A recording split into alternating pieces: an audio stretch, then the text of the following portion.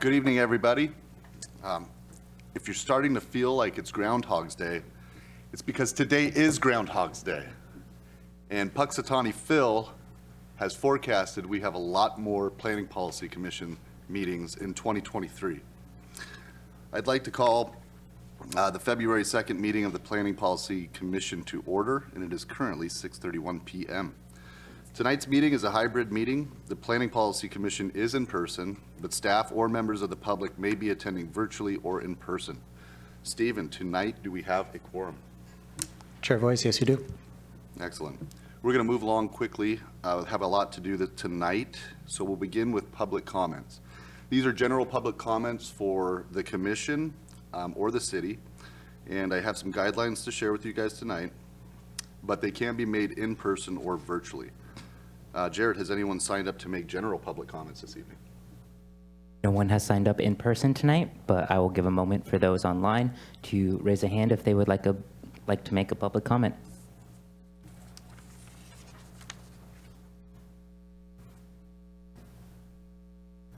No one has indicated that they would like to speak at this time. Okay, great. Thank you, Jared. So we're going to dive right into our main business tonight, which is our public hearing. Tonight, we are holding the Commission's last public hearing regarding the proposed amendments to Title 18 and the Shoreline Master Program.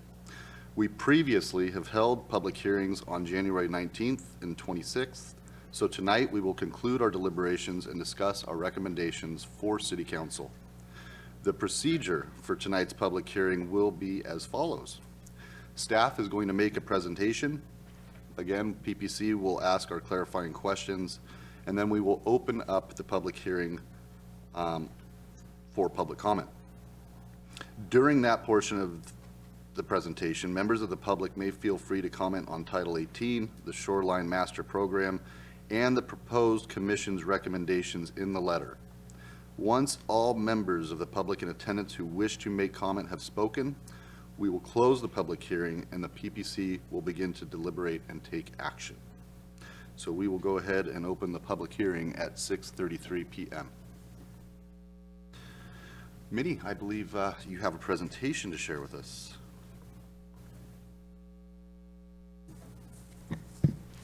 Good evening, commissioners and members of the community. I will try and share my screen here real quick.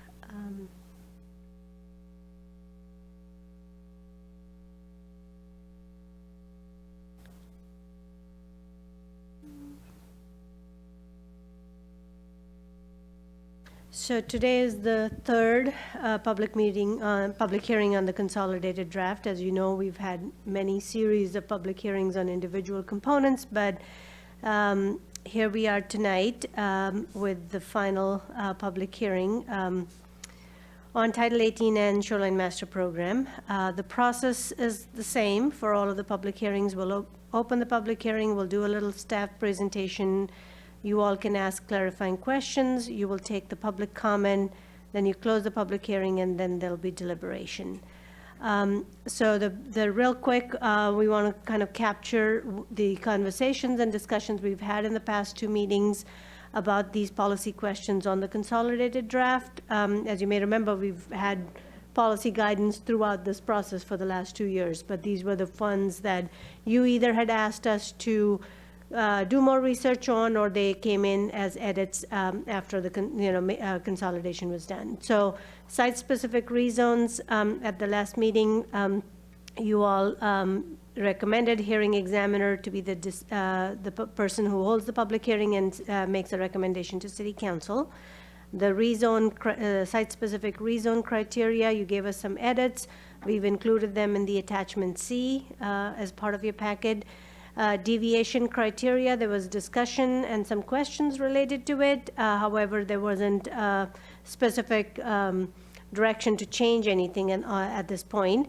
And one of the public comments was related to the through block connection should be added to the deviations list. And when we looked at all the lists, those are actually existing in our code. There is a supplement for through block connections in your packet. And trails, which was asked by which we can address if there's any questions on it, but we've included these two in the list, which is in the updated attachment C. On outdoor amenity, you all said, that we laid out a few options and we landed at 100 square feet per unit. Steep slope buffers, option 1 was decided by you all, which was our recommendation as well, with a 50-foot buffer and a minimum 10 feet allowed by geotech review. The one question on critical area code for homeowners, you asked us to come back with a third option. And then you also discussed in the last 2 meetings some of the other policy questions that were raised. Technical document review, I think we discussed pros and cons, and it is at level 1, and I think the direction from you was to keep it at level 1. Public utility exemptions were bumped up to level 2. Master site plan criteria for major versus minor, you received some comments. We have not made any changes, and then I think we talked about adding some phasing language for properties over 15 acres. Non-conformance chapter, no policy change to that as well. Site development permits, I think we got direction from you to clarify that interior improvements, regardless of the value, are not subject to site development permit. So the one question you asked us to come back with really is the basic idea there is what incentives or flexibility should be given to single-family homeowners who are doing small home renovation projects that encourage wetland stream buffer enhancement. So this came out of the code testing program. A little refresher of what's in the code. So we have a chapter called non-conforming structure. So that deals with your grandfathered rights. And when structures are in a wetland or a stream buffer, you are allowed these things. You can expand outside of the buffers, you can add vertically to add stories, and you can do building expansion over existing impervious surface. That's already in the code. So as we talk about option 2 and 3, we can add some language here that allows building expansions along, on the opposite side of the building from the critical area, and there are 2 variations with or without a critical area study. The other chapter related to this is when are critical area studies needed and how they can be onerous for small home renovation projects. So what option 1 addresses is that we can add specifically here that no critical area study is required if you're expanding on an existing impervious surface as it's allowed under this section. So again, the 3 options, the first is we're not allowing more expansions. It's already allowed that if you have an impervious surface, you can expand on it, but we won't ask for a critical area study for the homeowners.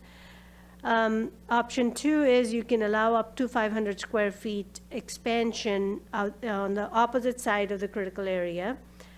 As long as it's a one-time expansion, you have no other critical area modification previously approved, you're going to mitigate it at a minimum 1-to-1 ratio, and then you're not removing any significant tree. So that's option 2 is without a critical area study, you can do that. And option 3 is identical to option 2, however, it would require a critical area study. So you all can decide if these 3 options address the information you'd asked us for, and if you have a preference for one of these.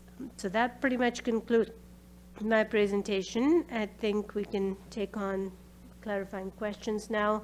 Also want to note you've previously heard public comments, and then some have come in via email to you from the time the packet was published. So if you want to discuss any of the public comments, we can do that as well. Thank you, Minnie. So you're wanting clarifying questions now, just based on the policy question that you just previewed. All right. Are there any clarifying questions? Commissioner Milligan. Thank you, Minnie. Does it mean that you could only pick one of those, of the 3 options? Is that what we're? No, that was our attempt to simplify it for you all. You can come up with your own option. Okay. Yeah. Thank you. But you could pick 2 of the 3? Sure. Yeah, okay, thank you.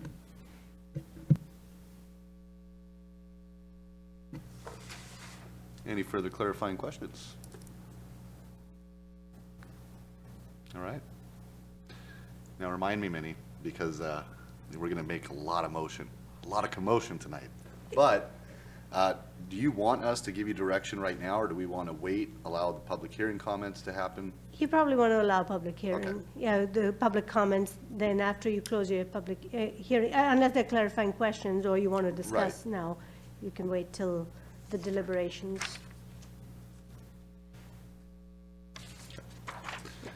Okay, well, we will move on.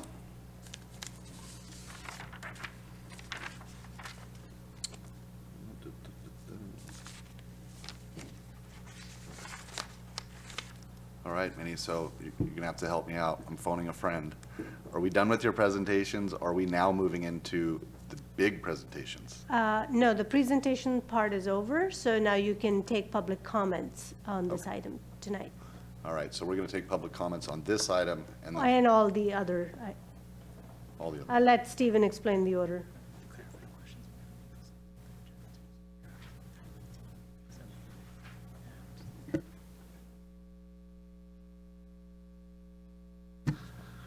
All right. Well, now is the time to start taking clarifying questions for everything you have tonight. So I imagine, yeah, so I imagine now I'm going to get some responses. So now's the time to start asking questions about everything that was in your agenda packet.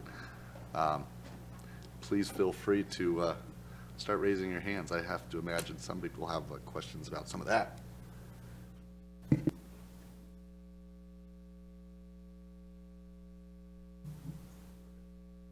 Fair enough. Yeah, tonight's gonna be fun. We'll start with draft code. Does anybody have any clarifying questions as far as the draft code? Oh, Commissioner Lewis, please. Thank you. I appreciate this time this evening to talk about Title 18 with our esteemed staff. Something we haven't discussed and I want to make sure I'm clear on is bike code for bike racks. We had spent quite a bit of time discussing this in our old code when this commission put it forward. We've been a big proponent of it through the gaps analysis, continued on through draft. This current final draft is different than we've seen, and this commission has yet to discuss it at all. I'm curious why we've landed where we have. For instance, code that dictated shower usage has been removed. We've kept where our bike racks need to be either with where security is or at the front, right? Is there a chance of having a little bit of a discussion about why we've landed where we have on bike racks? Yes, this is Stephen Badua, the Long Range Planning Manager. For the language on the bike code that's in the draft code that was provided to the commission, it includes a lot of the suggestions that was received from the Planning Policy Commission, as well as the Transportation Advisory Board and the Development Commission on what should be required, when it's required, and then there's going to be construction detail and engineering detail that'll be moved into the street standards in terms of like how it gets constructed in place. So it's primarily just the policies of where it should go on private development that's in the Title 18 code. Does that help answer your question? When we go through the other titles, and this comes up more specifically, will there be an opportunity to maybe amend the language we have now when this commission has the opportunity to kind of dive into a deeper form of it, to then be able to make a recommendation to council to go back and maybe tweak that language when we have more concrete things later on? The commission could either recommend an amendment to the code tonight as part of the deliberations, or they could recommend as part of the letter for city council to consider would the bike standards be changed in a certain way. Does that give direction for? What I'm wondering is that when the bike standards get addressed, is it Title 9 that will then do it? Title 12. In Title 12? For street standards, yes. When this commission does that, since Title 12 is on our docket to eventually be going through next, I think in the next 2 calendar years, that we would then be able to, at that time, looking at a finer detail, then be able to make a recommendation to council to amend maybe the language here once we're diving into it then? Yes. Okay, thank you. Thank you, Commissioner Lewis. Excellent question to get us started. There's got to be more questions about our draft code than that.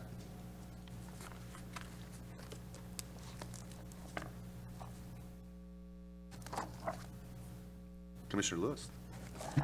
I would like to put out something juicy and see if we can get anybody to say something else. Staff was so great to give me their time this week about some of the questions. One of the things I asked about was regarding wireless facilities, if there's any movement on being able to actually put a scale in for the language that we use, diagrams that say what is small cell, what is what we call a small tower versus a macro tower.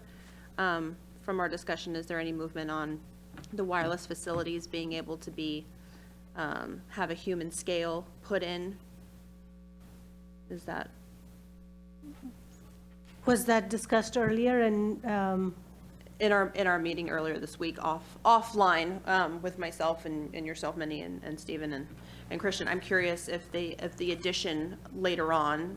so you're just looking at the graphics to have a human right next to the a graphic? human scale in We the can do code that. to be able to say what do we consider to be small cell, small tower versus macro? So one thing that we're going to be looking at with the implementation of the code is being able to describe things that are defined by other entities. So for the instance, wireless facilities, we would describe on our website what exactly each of those would be rather than defining the code. Okay. Because every time they would change the definition, then we would need to change in the code. Right. So it's easier just to reference how they define it on their resources. Because right now we have a graphic that has the human scale of a person in a pole, and it seemed like it would be a fitting place for us to also have the human scale of the equipment that we're talking about. It would come back to if they change their definitions on what those would be, then we would always have to come back to our code to update that Yeah, graphic for how we I think, define it. Stephen, if I understand your question correctly, you're just asking for some more clarity on the graphics, not Yes. changing the definitions or anything, just making the graphics more clear so that when you look at it, how is it in relationship to a human? Yes. Yeah, we can look into that. I'm curious.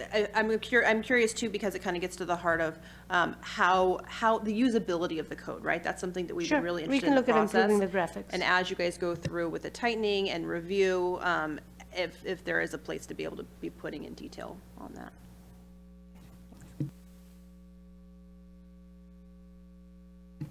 Commissioner Milligan. Not sure about the right place here. Thank you, Chair Voice. If I have a question about site-specific rezones criteria that didn't get into tonight's documentation yet, is that something that could be added to the letter?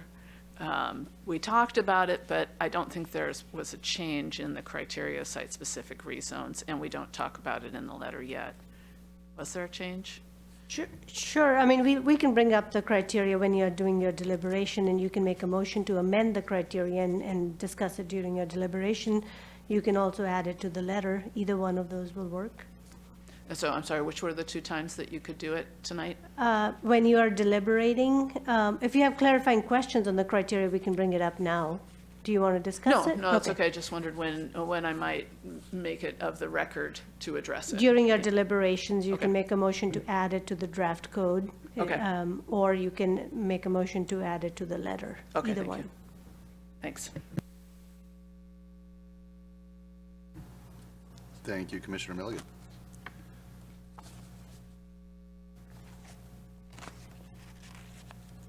Commissioner Lewis. I'm going to phrase this in the form of a question, since it's question time.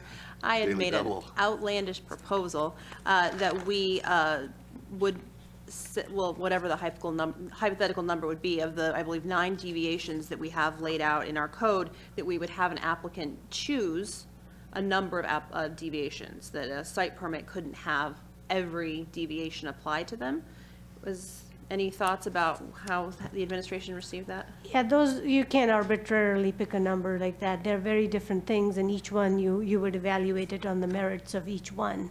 I think the legacy of the AASs was that how many can you apply for? That is no longer the case. Here, you wouldn't apply, a deviation for a retaining wall and a deviation for going from one to the other. So each one has its own specific criteria, so limiting a maximum number of we do not recommend that. So I guess I'm curious, because it's pretty common in design standards for us to say in the code right now, pick 2 of these, pick 3 of these, right? These are the things that we want you to have, and you need to have this many. So in my hypothetical world, right, I would say with, for instance, if you want to have an additional cut for an elevator, then you need to modify your site because you're not able to then also use another deviation, for instance, right? You need to modify your plan for the site based on the number of deviations you have so that not all deviations can apply to a single site. Is there, From a practical standpoint, not all of them are going to apply to one project anyways, because it's very specific thing that you're looking at. But you either meet that criteria or you don't, and that's the evaluation that is. So I think it'll be good conversation for you or evaluation if you disagree with any of the deviations and the criteria, that can be taken out. But picking an arbitrary number and saying you can only get 5 out of 10, so the better route to go is to limit the deviations that we allow. based on the merit of what the deviation is for. I mean, if the deviation to allow the setback between the retaining walls to be less because you're trying to preserve the trees, and you disagree that people shouldn't get that deviation, everyone should meet the 10 feet, and doesn't matter whether you can save the trees or not, then you can have that debate or discussion on it. Thank you very much.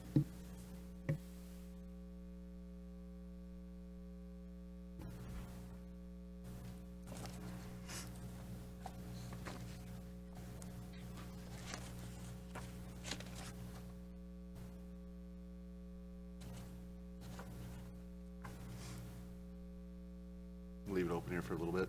Make sure everyone has as many clarifying questions as they possibly can before we move on.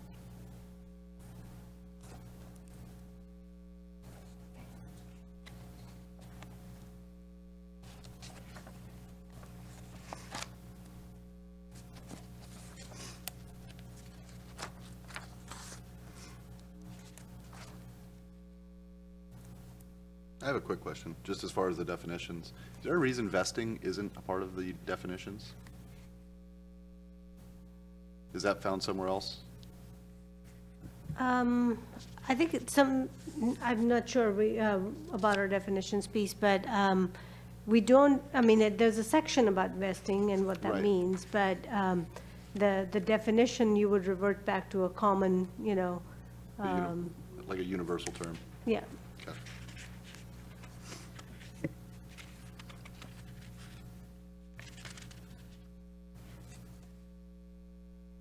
Anyone else with any clarifying questions?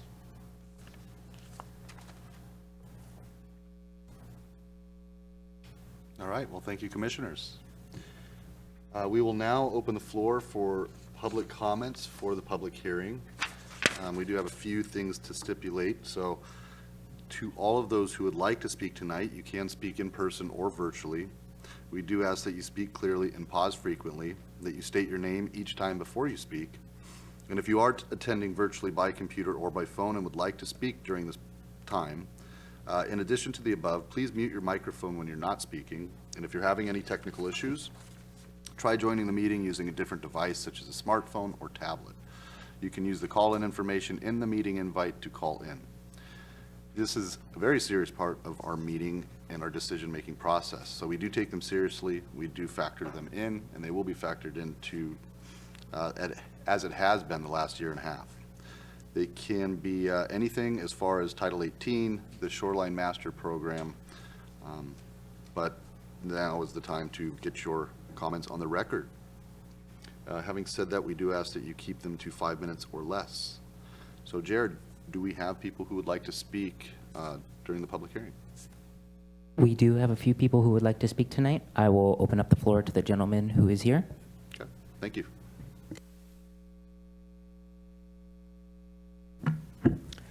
Good evening, Commissioners. Been here a few times now. Thank you again for listening to me. I may have to leave before the meeting's over. I deal globally, so I've got some meetings for India that I've got to go attend to. So if I can't stay the whole time, we'll see how long I'm here for. But you'll understand why I'm saying I'm going to be here, because this has to do with the motion. So we have talked about the size of an ADU unit, which is I'm here to speak about tonight and understand the process a little bit better. This has been out in front of the public massively through this process, in the sense as far back as April and May of last year, And then I've been here a few times bringing it up too. So definitely the public is certain to have been here. This is for the entire population of Issaquah, in that something that's very important to families that live in Issaquah is that people are able to potentially remain in their properties that they have by having an ADU unit. And so this is a small item in the sense of what we brought up here. And for a variety of reasons, this is brought to the group here, to the commissioner here, instead of this was included in the draft. We don't have time to go through that now, but that's fine as long as the commission, puts it in the draft, and then it can be looked at further before it's 100% done. So I'm here to ask for this to be put in the draft, and we've talked about this a little before. We did say this is a small item in that the way that I brought it up is an extra 200 square feet on the ADU unit at a 1-to-10 ratio, meaning we understand there are sizes for ADU units right now. And as I'd said 2 weeks ago when I was here, it's 6,000, 9,000, 35,000, and 5 acres are the sizes in the zoning of the property within Issaquah that you can put an ADU unit on.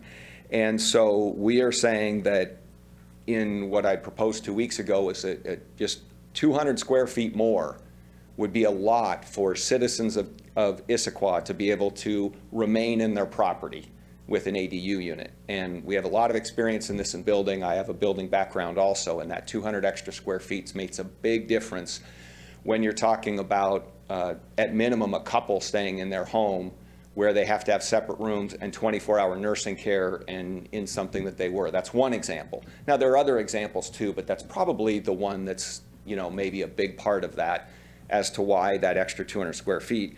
And we feel that that's very working with the city and what the citizens are really looking for. When you realize that on the small size, the lot's 6,000 or 9,000 square feet, that you're saying that, they have to have more square feet in the lot, because clearly there's a thought of how big should an ADU unit be on a piece of property that's X amount of square feet.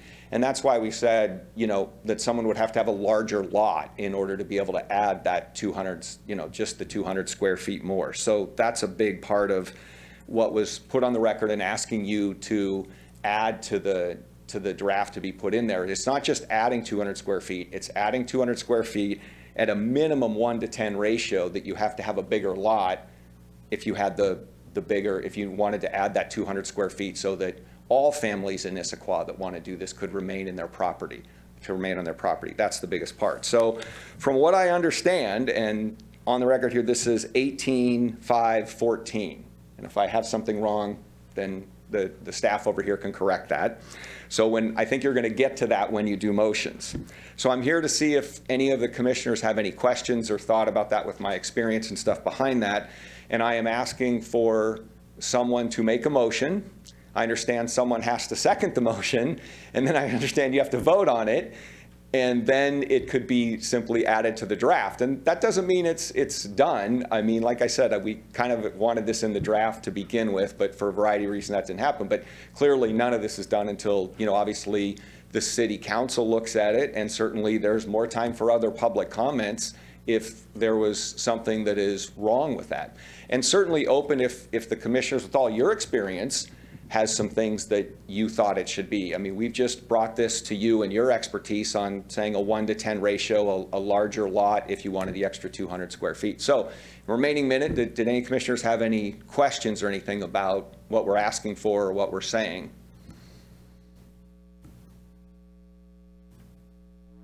I see lots of smiles. All right, thank you for your time. Thank you very much for your time. Excuse me, sir. Please state your name for the record. My name is Brooke. Perfect. Full name? Brooke Lang. Perfect. Thank you. All right, Jared, I think that takes it for our in-house crowd. How about our virtual crowd? So for our virtual crowd, I will be opening up, I will bring up Karen Eastby. Karen, I am about to make you a panelist. You should see the function to unmute, and you can display your video if you would like to. You have 5 minutes.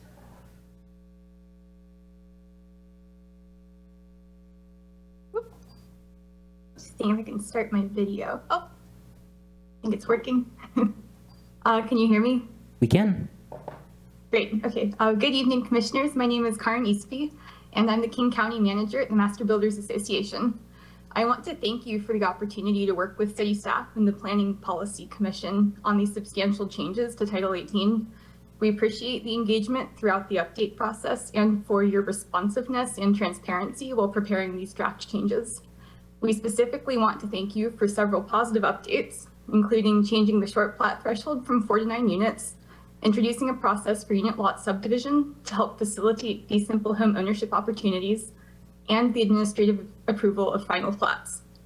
We do, however, still have some concerns which we have outlined in previous comments to the city. We will continue working with our home builders and the city to provide more in-depth feedback as the updates proceed.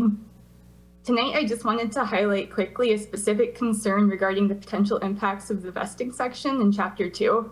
The feedback I'm receiving from my members is that site development permits should be allowed to vest. Builders take on substantial risk in building homes.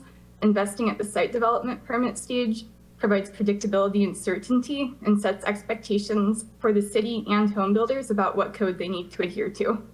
Without this change, some projects that would have vested and gone forward to construction will become infeasible or more expensive due to the higher financial instability and cost associated with changing code during the permitting process.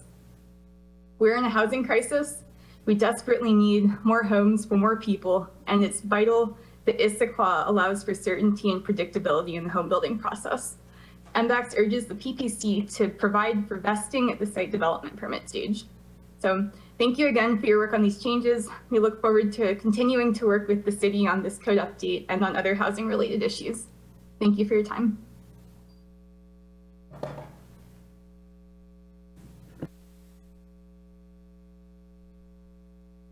All right, next we have Kim Lee. Kim Lee, I am going to make you a panelist. You should see the option to unmute, and you have the option to show your video as well, and you will have 5 minutes.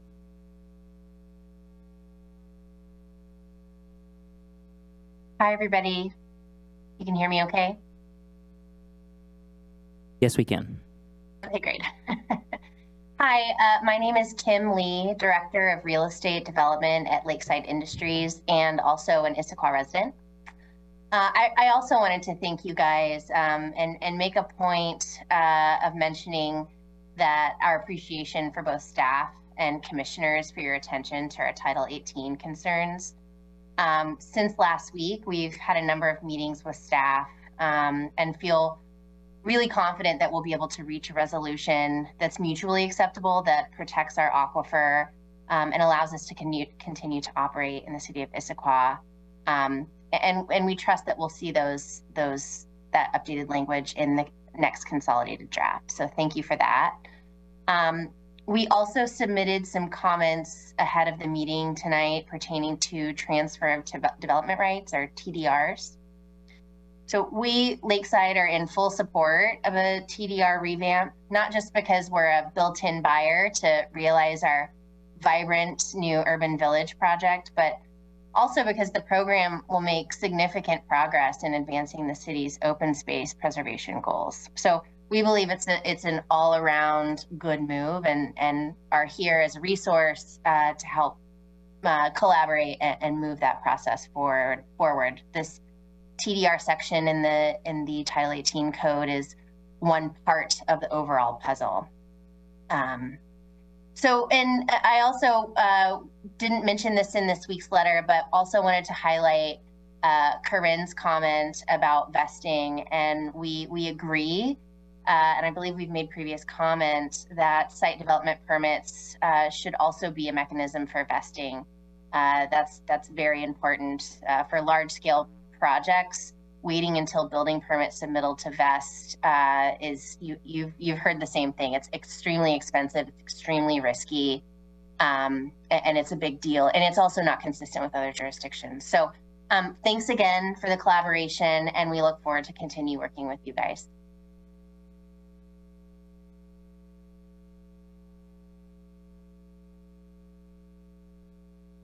Perfect. Next up, we have Connie Marsh. Connie, you will have 5 minutes.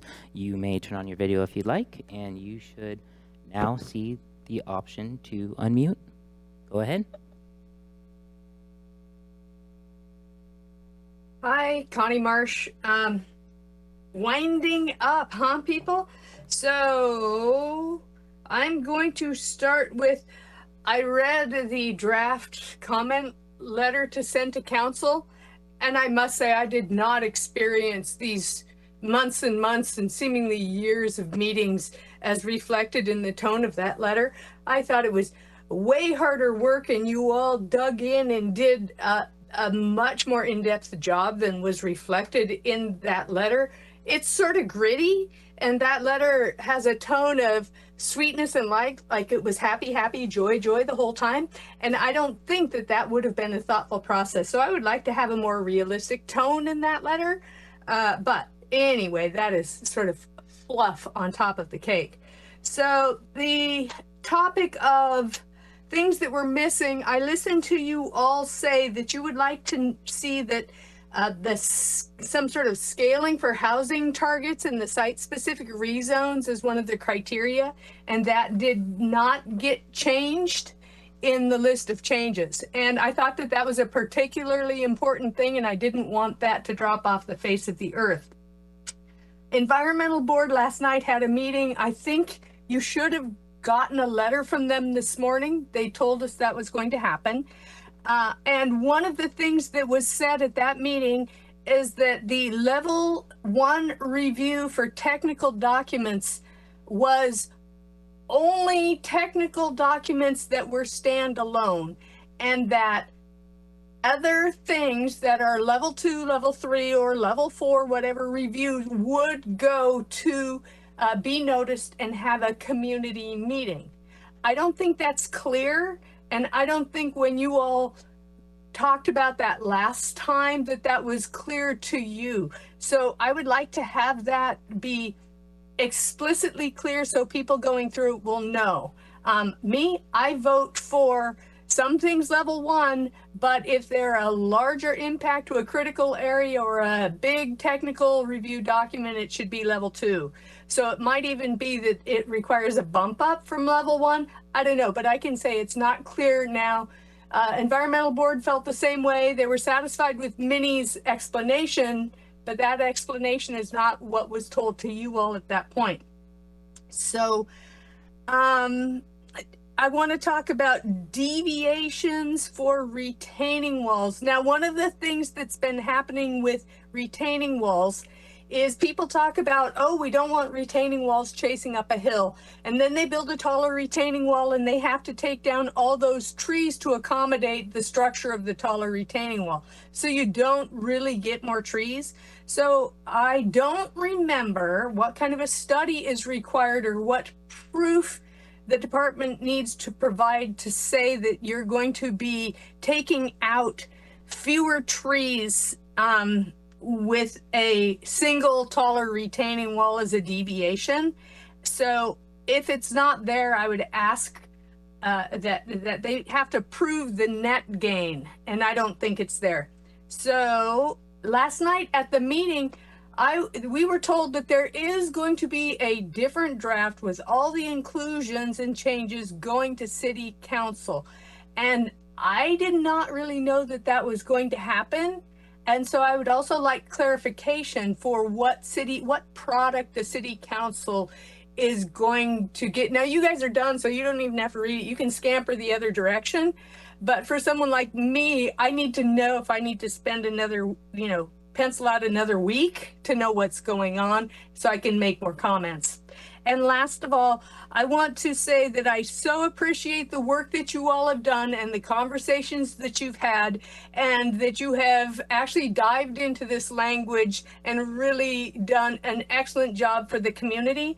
And so I know that usually I'm harsh, but I just want to tell you all today, awesome job. And I do appreciate you, but I will whine some more at you another day. Thank you. Perfect. Next, we have two more individuals. One is Steve Perea. Please correct me if I misspell your name. I am now making you a panelist. Please unmute your mic and begin whenever you're ready. Thank you.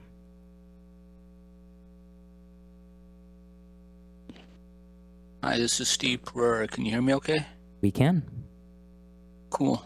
So I had a couple thoughts I wanted to share. First, I'll start with, of course, thank you all for your time and dedication to making our city a better place. It's appreciated.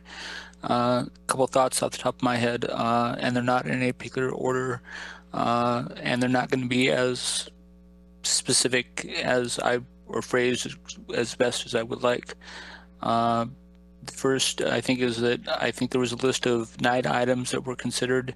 One of them included the word environment, and I would like to see that strengthened to talk about the natural environment specifically, rather than, because environment is kind of broad. It could be any number of things. Second was whether or not there was a review that the homeowners would have to do to see the environmental impact to their changes, and I would like to see that required, because otherwise it seems to me, I heard Director Dollywall, and I'm not trying to put words in her mouth, state that it would be up to the city to have to understand what those changes in codes were, and policy and enforcement. It's basically shifting the cost from the homeowner who wants to make changes to the cost for the city to understand what those were, and that seems inappropriate for the city who's struggling with its own budget needs to have to pay for increased notification or changes. Third thing was the threshold for not requiring super regulations increasing to, I think, up to 9 units or 10 units or 10,000 square feet. I think I would like to see, I find myself opposed to that. I would like to see what benefits strategically or historically we've gotten from having super required, and what benefits we would try to retain or we would not get or have happen with those changes going forward, before I would look at having that moved forward. I think at the same time we're trying to protect the environment and pay for mitigation of efforts. We're losing things that we should be enforcing by regulation that we can't afford to pay to have happen by loosening those regulations. Next thought was mitigation, and I think there just needs to be a tighter enforcement mechanism where we don't allow mitigation or degradation of critical areas or critical habitats or riparian corridors or anything, and where there is these bright lines that for some reason it needs to be more clear, other than financial cost to the development. When those are truly needed, there's some better public good that's put forward, and the mitigation is something more strenuous or costly than just, for example, the removal of invasive plants or species from an area. It needs to be something long-term that the public benefits or get some public good from. I think that's going to do it for me. Again, thank you for your time. Awesome. Thank you, Steve. We do have one last call-in user, Elizabeth Maupin. I am about to unmute your call-in, so please ready, and you will have 5 minutes to make public comment, and you are unmuted. Hello, my name is Elizabeth Maupin. Can you hear me? We can. All right. I live at 100 Big Bear Place in Issaquah. I have a couple of comments and questions. One is that we are desperately short on housing that is affordable, and now that modular manufactured housing has become much better than it was, what provisions are there for adding that? Are we making any provision for people who are living in mobile homes? And I have noticed in the past that when something is happening with a property, change in zone, or it's going to be torn down or whatever, that the signs are parallel to the road. And sometimes these are on roads where there's fast traffic and no place to pull over, no sidewalk. So no one can read those signs. They have to risk standing in a culvert or on a steep hillside trying to read that sign and no real easy access to get there. So that doesn't help the public to make any comments because they don't know what's going on. So if you'd like to respond to any of those, please.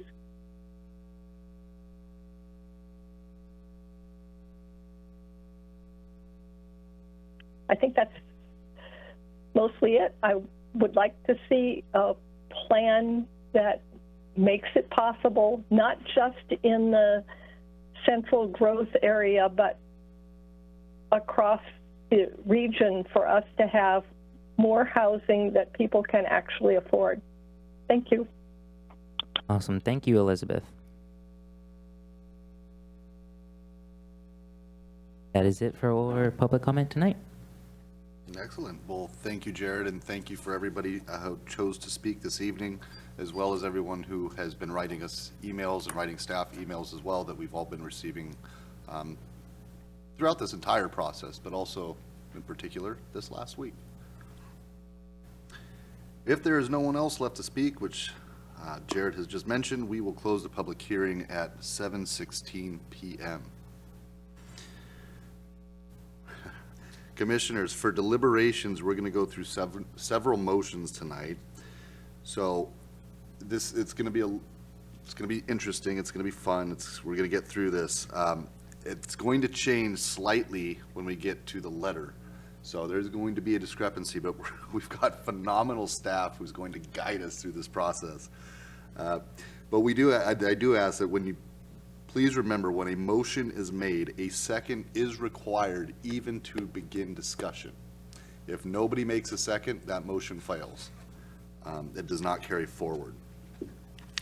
This is a part of our commission's rules and regulations. So I believe we're going to begin. The sequence of motions will go as follows. First, we will have a motion on the recent policy changes we've discussed these last two meetings. Next, we'll have a motion on the Shoreline Master Program. After that, we'll have a motion on the complete draft of Title 18. And then we're going to end tonight's meeting making a motion approving or amending, however we have it, the letter to City Council. So there's 4 parts of tonight's evening. Stay with me. So we're going to start with motion on the policy questions. And I believe that's basically where we're starting, right, Stephen? And there's a little bit more here. I don't know if that comes after. We want to start.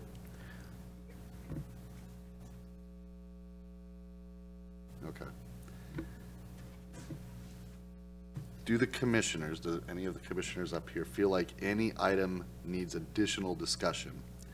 If so, we can pull that item out as a separate motion. Yes. This is where it's going to get a little sticky. But just the policy question. Just.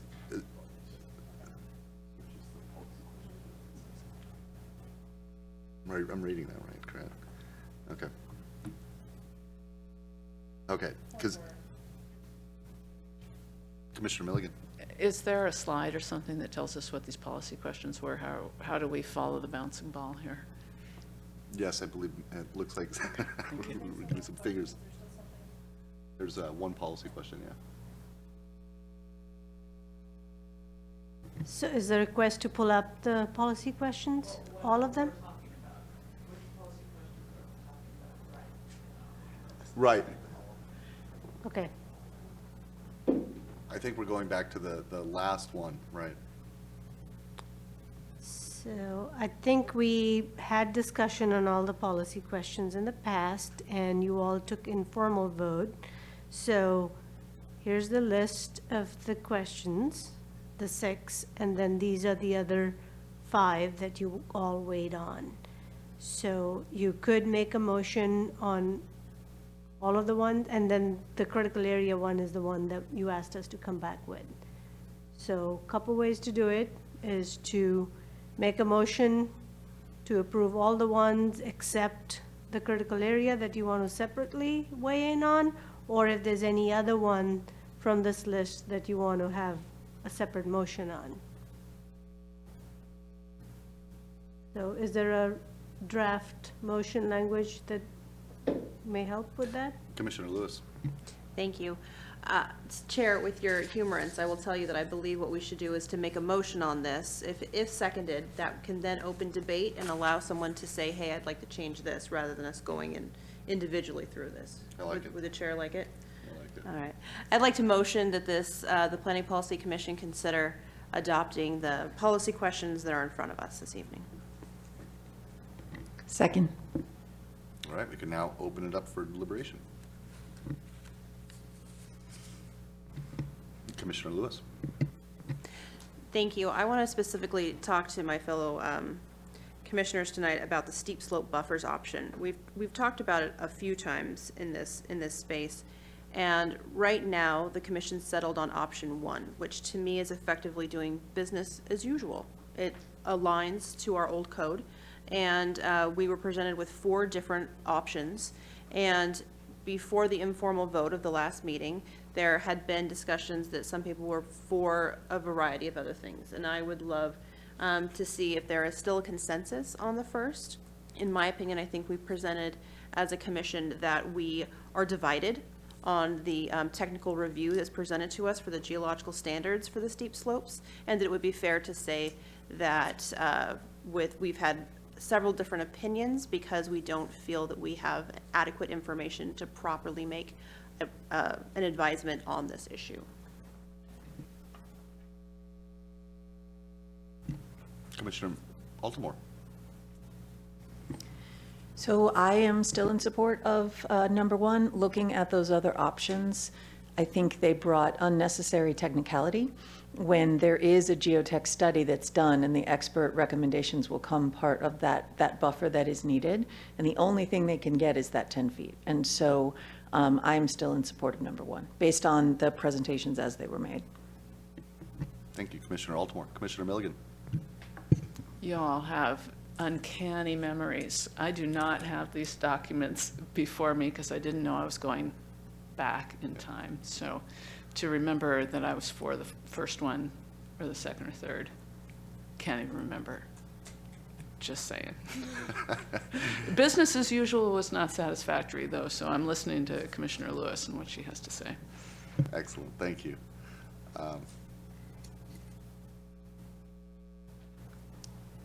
Commissioner Esamwede.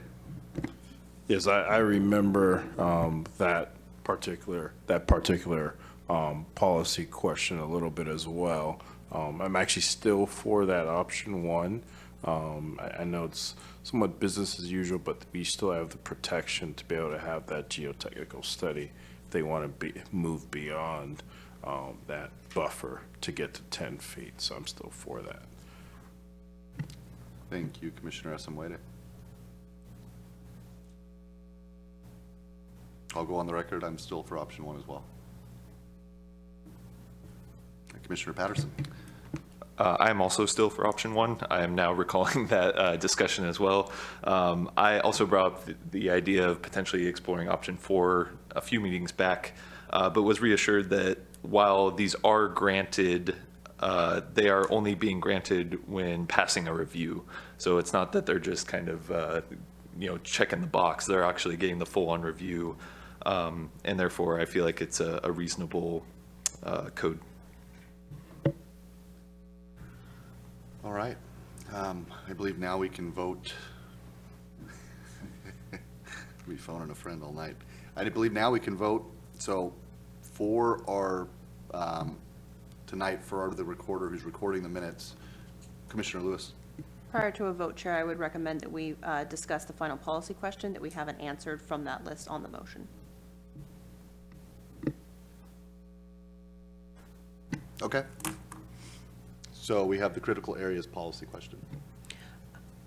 Commissioner Lewis. I'll start the discussion by saying I thought it was an interesting recommendation that we combination the 3 things that were put in front of us. So just to get discussion started, I would say, what if we propose a number 1 and a number 3, which says that if you are not in your critical area buffer, you are able to do work on what is currently impervious surface, and you are able to do work with a proper study.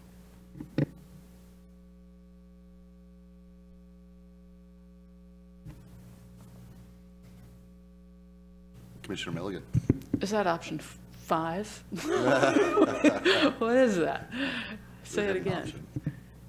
And it's an additional option, or it's an amendment to one of them? So Minnie, if you want to put up the slide, Yeah. staff had proposed 2 that wasn't resolved last meeting. This meeting, we've gotten a third option.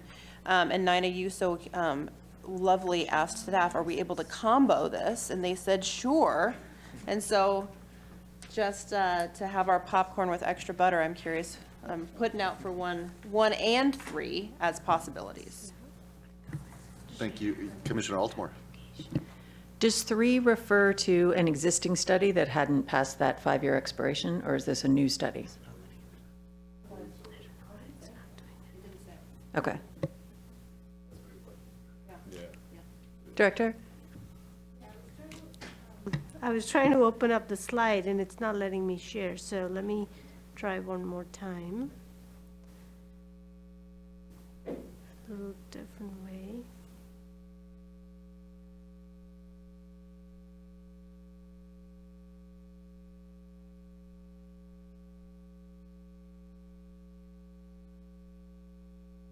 For some reason it comes out as a black screen. You want to share? Okay.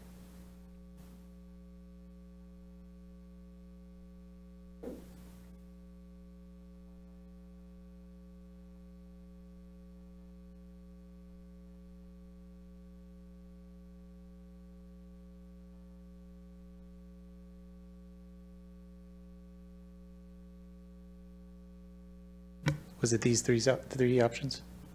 Yes. Okay. Yes, so my question is, in option 3, is that a prior study that hasn't passed the 5-year expiration, a new study, or a combo of both? It would be it could be, if it's still valid because it's less than 5 years, we would accept it. But if it is past 5 years, that would require a new critical area study. I don't know what the average is, but I'm guessing that if they're looking to expand, these are probably going to be older homes. That'd be my guess. Yeah, so practically, I don't think people will have an older study handy, you know, it'll be, in practical means, it'll be a newer study that they'll have to undertake. Commissioner Esamuete.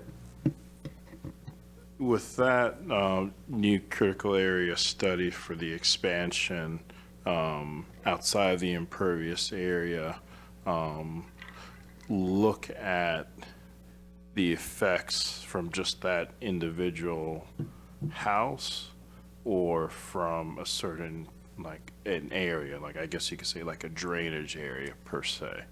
And because I feel that, or I believe that if we would allow something like that for one house, what's to say that the house next to it and the house next to that won't do the same thing and possibly change pervious area to impervious per se, that may actually affect that on the stream that we're trying to protect from just the drainage.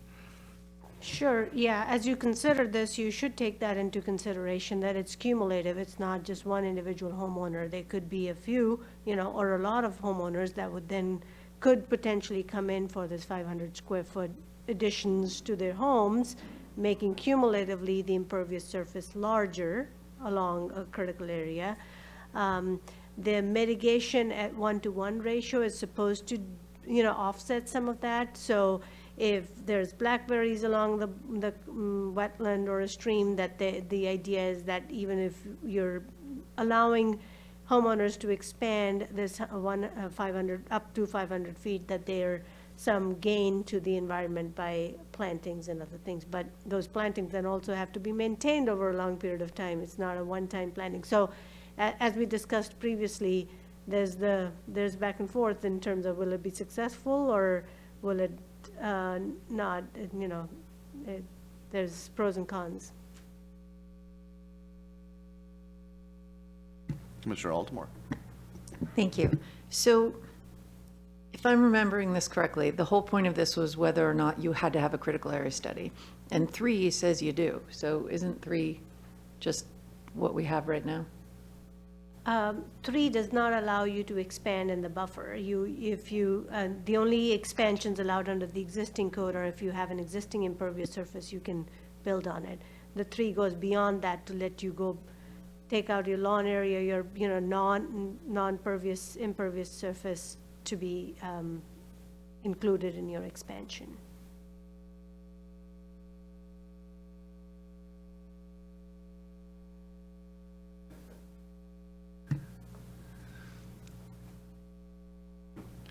Myself, I'm between 2 and 3. I do like having a little bit of, to Commissioner Altimore's point,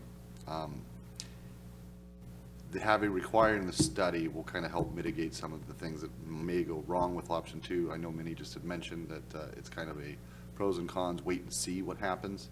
I do like allowing homeowners to do what they need to do with their own property, because if I'm reading number 2 right, it's not that they can build into the buffer. Well, I think number 2 is allowing an expansion. So if you have a stream and you have your house. But on the opposite side. On the opposite side. So it's farther away from the stream, but it could still be in the buffer. You have a, 100 and 150 foot buffer.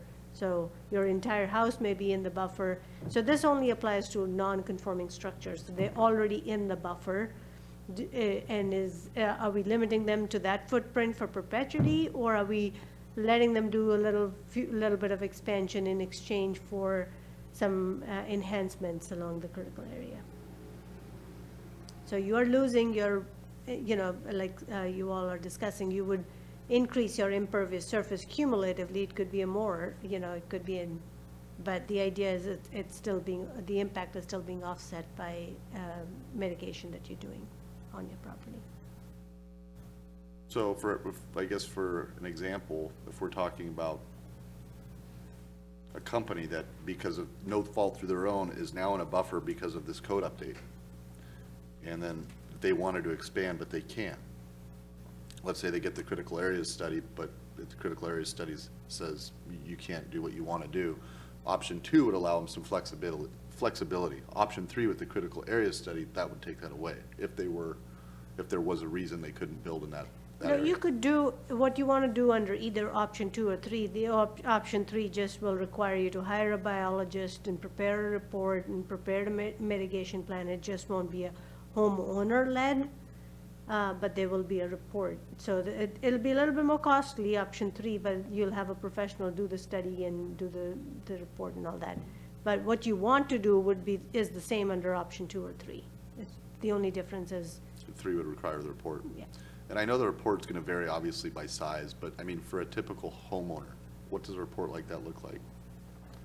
I mean, someone has to figure out where the boundary of the wetland or the stream is, so there'll be a biologist that generally comes and flags, then the surveyor comes and picks it up. You're looking at a few $1,000s to do that.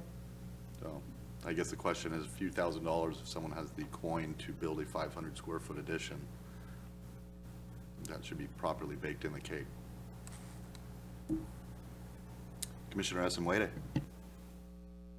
And I think you have the costs for the study, but then the cost additional to the mitigation as well. Correct. And that's what homeowners would have to consider as well. Because when you're looking at that critical area, what you're trying to protect, it's still going to be protected because we're still not going to move forward with encroaching on it. So that mitigation cost would probably increase if you were going to go with 2 where you encroach in that buffer per se. Okay. There you go. Right, so about 500 square foot of additional planting area that you will plant your shrubs, trees, ground cover next to your critical area and then maintain it for, until everything has a chance to take off, so. Yeah. Exactly. And yeah, and I think that's, in a way, clarifying it for me. It's put in the how do I say, the decision in the homeowner's hand, but you're also still protecting, to a certain extent, the environment still. So, okay, there you go. Commissioner Patterson. One other clarifying question on the mitigation piece of this. That'll have to take place in either option 2 or 3, or both options as well. Yeah. So in option 2, if they don't have a critical area study, how do they know what to mitigate or how to mitigate? Yeah, and so that would be, the city would have to assist them. We would probably have to have some sample plan, mitigation plan for small mitigation plan that we can provide them, and then, but, assistance in the ground. So it will be, city's resources will be used to help the homeowners in that effect. Got it. Based on what we've been discussing, I'm kind of leaning towards the compromise approach of option 1 and 3 being combined. The reason being because option 1 is, I think, the flexibility that some of the feedback we got during the testing phase was like, oh, we have this, patio here, we just want to enclose it. It's already existing, it's not really an impact, so to speak. So why can't we just do it? Whereas option 3 is to kind of look at more of the environmental side. It's doing things the right way. It does have a cost impact to it. However, I think it's the more responsible approach if we are truly considering that this is a critical area and the impacts associated with that hopefully can be offset with the guided mitigation and without impacting city resources further. So I think it's kind of the compromise to combine option 1 and 3. Commissioner Assam-White. Just to clarify, I think option 3 adds the 500 square feet, whereas option 1 is just building over the impervious area. That's correct. So, Okay. yeah, I don't think there's any debate about the option 1. That I think we fully support. It's just clarifying that you don't really need a critical area study for that, so. Exactly. And then option 3 adds the 500 square Correct. feet that could be on the side of the building. Okay. My only concern, and I'll share it with everyone, is what happens to a particular business, I won't say their name, but what happens if, because through no fault of their own, our buffers are moving into their property? I mean, they have this property, they bought this property long ago, knowing what their buffers were for 20-something years. Now that buffer line is encroaching on their buildings. So what happens when they want to expand out, build out? They still have to get the critical area study, and if there's on an aquifer, for example, is there still a way for them to build out? I don't want people to be punished because we're encroaching on their property. I want the environment to be protected, but I don't want to see people get punished because we're upzoning is not the right word, but because we're moving towards them. That's my concern. I mean, this provision would be in a non-conforming structure, so it's already doesn't comply with the code, and it's not just would be for the homeowners, it would be for anyone to be able to do this, a 500-foot expansion. We can write it to just be homeowners, but I think, to be fair, it would be for anyone to be able to add 500 square feet on a. Yeah, I think, yeah, okay. So non-conforming use that really has, that's not necessarily the structure themselves. We're just talking about critical areas on the property. Yeah, so non-conforming structures in the streams and the wetlands already get a little bit of a break because, like I shared, if I can share it now again, let me try one more time. If you can go to another slide, Stephen, on. Yeah, so this particular non-conforming section only applies to if you are within a stream or a wetland buffer. You're allowed to, go vertically up, or you are allowed to expand over an existing impervious surface. Those gives are already in there, in the existing code that we've carried forward. But yes, with the buffers increasing, if there is a structure that was previously not, was not non-conforming, that now does become non-conforming, they'll have the same, they can maintain it and do all of that, but there are limitations on expansion. There are limitations on them being built out. Mm-hmm. Commissioner Lewis? Chair, I share your concern, and that's why I think that this is an interesting way to go, because on one hand, we say, yes, you're not able to put a sunroom off of the stream bank, for instance, which may be ideal because you're in the buffer. However, in an area of your property that isn't abutting the critical area, and you want to be able to have that flexibility to put in a bedroom for a child that's come back from college, for instance, and just won't leave, right? Or whether it be an extra bathroom or a mudroom or whatever it is that a property says, I need this little bit, we're having that wiggle room of saying, yes, these other sides of your property, you're not able to do something with. So, and you don't currently have an impervious surface to build over, this would give an avenue for these particularly encumbered properties to do, again, a little bit more. I mean, what you're doing with 500 square feet is not going to be a massive renovation. And I'm hoping that the cost of having a critical area study will be, you know, I think most of us know that the price of lumber alone is so egregious that that additional cost won't make your project so prohibitive. But it will help you, because one thing we want when we're building this code is to be able to have ways to build in that mitigation. We need to have a way to have homeowners be able to work with the city. And I'm hoping that by having this study, we kind of get the best of both worlds, right? Of that kind of tug of war of where they can go and how we can be better stewards of the land. Commissioner Altamore. Thank you. And I'd also, responding to one of your concerns with the businesses that have been around a long time, if they are on the aquifer, if they are in a critical area, we do have a responsibility to take what we've learned about what happens to the environment and apply that, not in an unfair way, but in a way that is doing our best to balance their needs and the needs of making sure that our drinking water stays safe and the salmon can still do what they need to do. So I think there are risks to all of us as we learn more about what the environmental impacts are. And so I think that may be a reality we have to face in these conversations. Thank you. Anyone else? Commissioner Issaquah.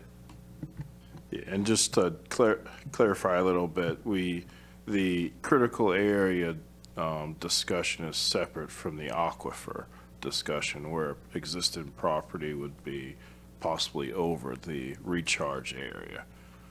Yeah, so this is only for wetlands and streams, not Exactly. any other critical area. That's how the Okay. existing code is written, for those two critical areas only. Exactly, yeah, and I was just clarifying, because I would probably say the 500 square feet is okay within this scenario, but I would have reservations for a recharge area for aquifer, because that's our drinking water, and then the salmon as well. Thank you, Commissioner Issaquah. That was a great question. All right. Are there any further? Last thing I'll add to this conversation is, because we have our Issaquah Creek and the North Fork, you know, are shorelines of the state, so Department of Ecology has to approve those. So whatever recommendation you make here will have to be part of the Shoreline Master Program approved by Department of Ecology. So it's never a complete thing until all of those approvals are done. So just wanted to put that caveat there. Okay, thank you. I believe now we could probably go for a vote. Please, counsel. Hi, Anne Marie Soto, Deputy City Attorney. I just want to clarify, the motion that was made was to approve all the policy decisions, but if you're going to include a decision on one or all of those options you just discussed, the easiest way to do that would probably be to make a motion to amend to include whatever options you want, vote on that, and then you have your full vote on the entire thing, assuming you all agree on whatever the options are. Thank you. You know what's funny is Stephen actually coached me, but it's so much information so quickly. I already forgot that part, but thank you. All right, would anyone like to make a motion to an amend? Commissioner Lewis. I'd like to move to amend the last policy that was presented to us to include options 1 and 3. Is there a second? Second. All right, all in favor? I believe that's unanimous. All right.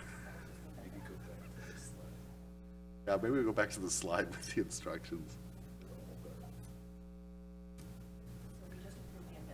Right.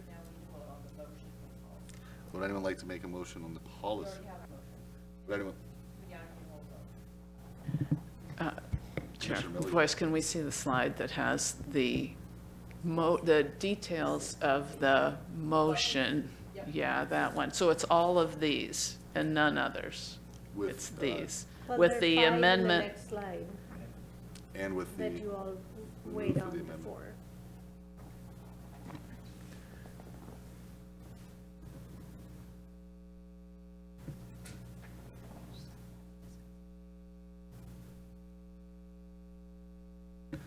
So Chair Voice, for clarification on the motion, you can just approve what was discussed at the last 2 public hearings as well as tonight, and not have to list out all of them. let's do that, Stephen. So how do we word that? How do we phrase that?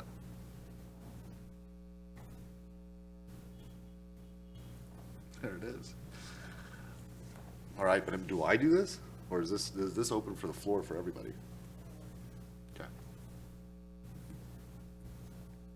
Everyone's gonna get a shot tonight, so please don't be shy. Commissioner Esamwede.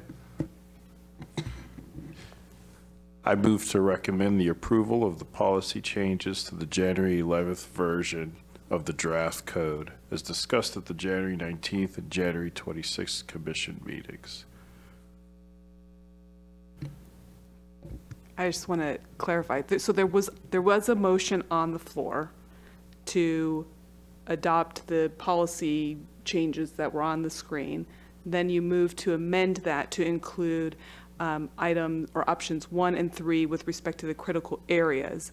That was approved by the PPC. So now you're voting on that original motion that would then also include options 1 and 3 for the critical areas. So that's the motion that's still on the floor.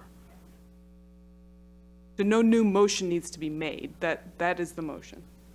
Yes, you would just vote on that.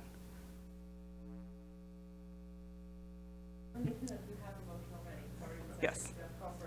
All right, there is a motion on the floor. All in favor of the last policy of the motion?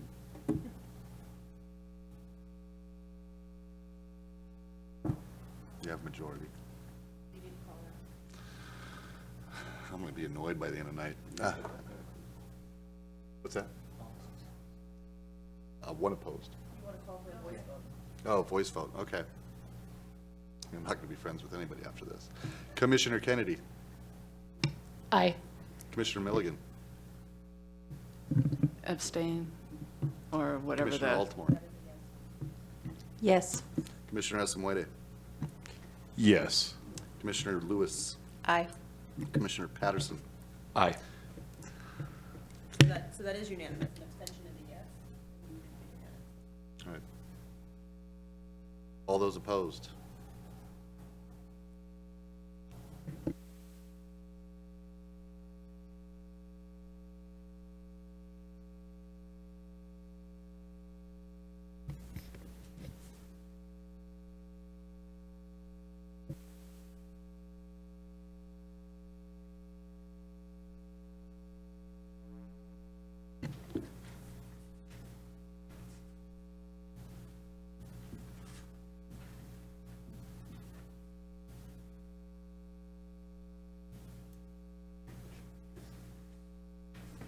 All right, we're going to move along to the Shoreline Master Program.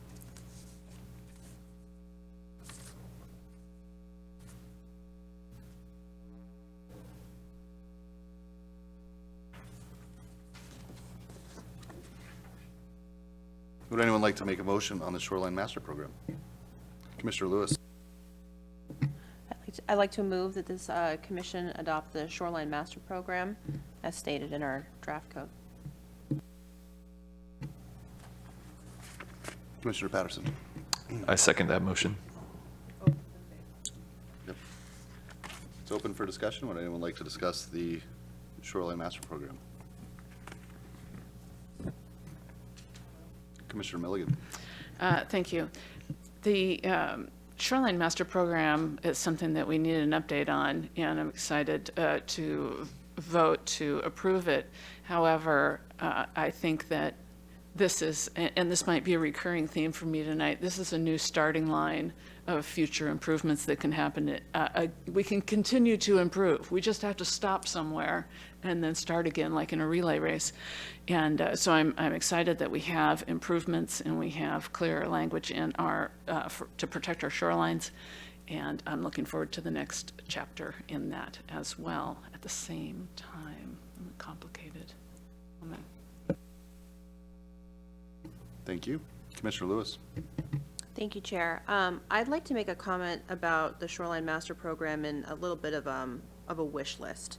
Right now, we have designated salmonoid-bearing streams because the Department of Ecology has told us that we're allowed to think those are important. However, I would argue that all of our waterways are vitally important to our community.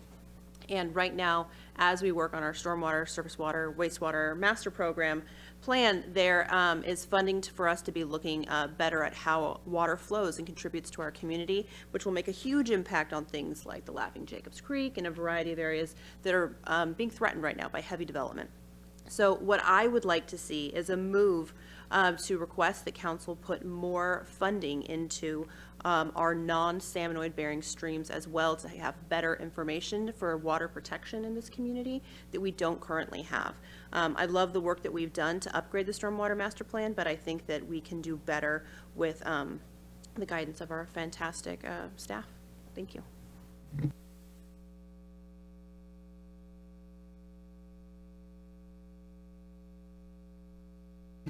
Any further comment?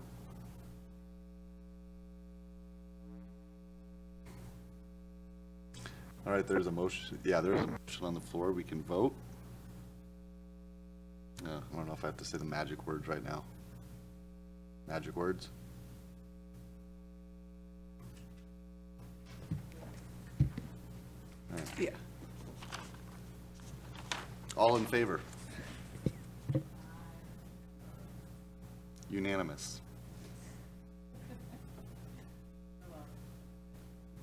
All right. 2 down. We are now going to move on to the Title 18 draft. So if someone would like to make a motion, we can begin. Commissioner Lewis. I would like to make a motion to amend 2 points on Title 18. Oh, I would, thank you. I would like to make a motion to adopt Title 18 by the Planning and Policy Commission as drafted. Is there a second? A second for the point of discussion. Can you do that? Yeah, second. Oh, okay. There's a second. Let's open it up to discussion. Oh, sorry, Commissioner Lewis. I would like to make an amendment. I actually have 2 amendments, but I'm going to start and first ask that my commissioners humor me with the first amendment to Title 18. I'm going to direct you to Part 2 of our letter to help you better understand, but my motion right now is to change the policy language of Title 18, specifically regarding that's Part 3, sorry. Thank you, sorry. This is my motion on Part 2, which has to do with moving us to a hearing examiner. And I would like to be humored with an amendment to the current code. And we'll detail if a discussion is necessary. I'm making an amendment. Oh, it's regarding the hearing examiner to be the final arbiter that goes to council discussion. For site-specific reasons? For site-specific reasons, I apologize. Commissioner Lewis, I think read your full sentence that you're adding on to that is what you're proposing. Oh, well, we can go to our letter.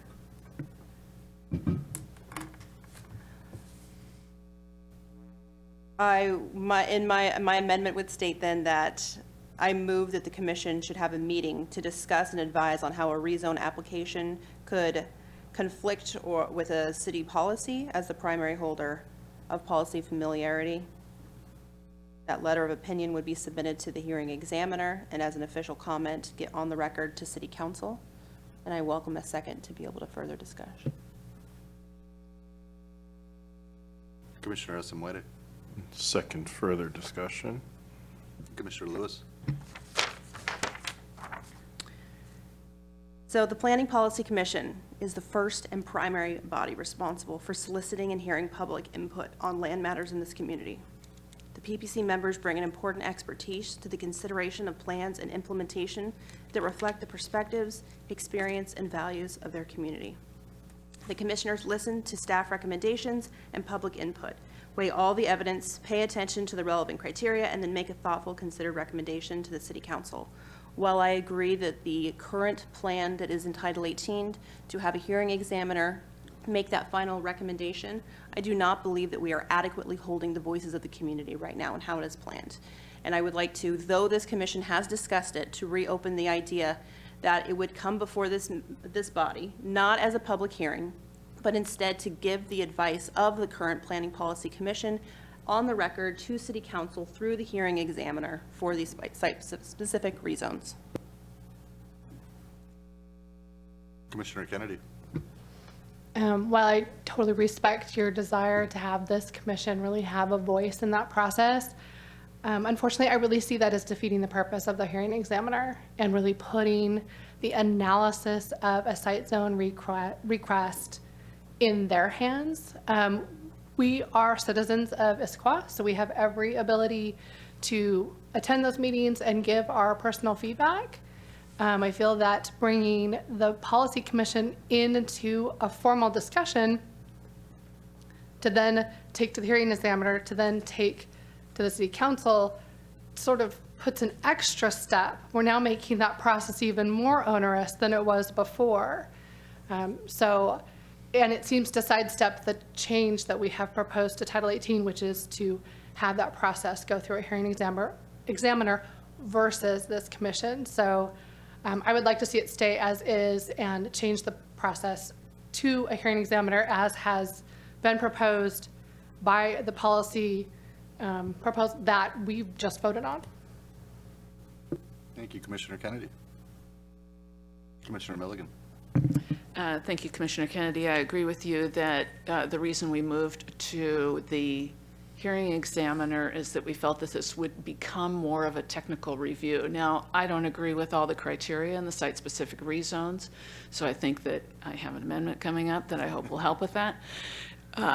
And if we have very specific criteria for the hearing examiner to make an objective decision about, then we will have a technical review before it goes to City Council, and in that, then it falls under that kind of level 1, level 2 sort of thing. So I want to keep it with the hearing examiner for seeing if it matched criteria in a very objective way. And the public comment, God, I love them, but you know, it's either on or it's off, and that's what we're going to try to get to. And you shouldn't have to argue about whether it's on or it's off. We need better criteria, and if we have better criteria, the hearing examiner will be able to do the job for us. Thank you, Commissioner Milligan.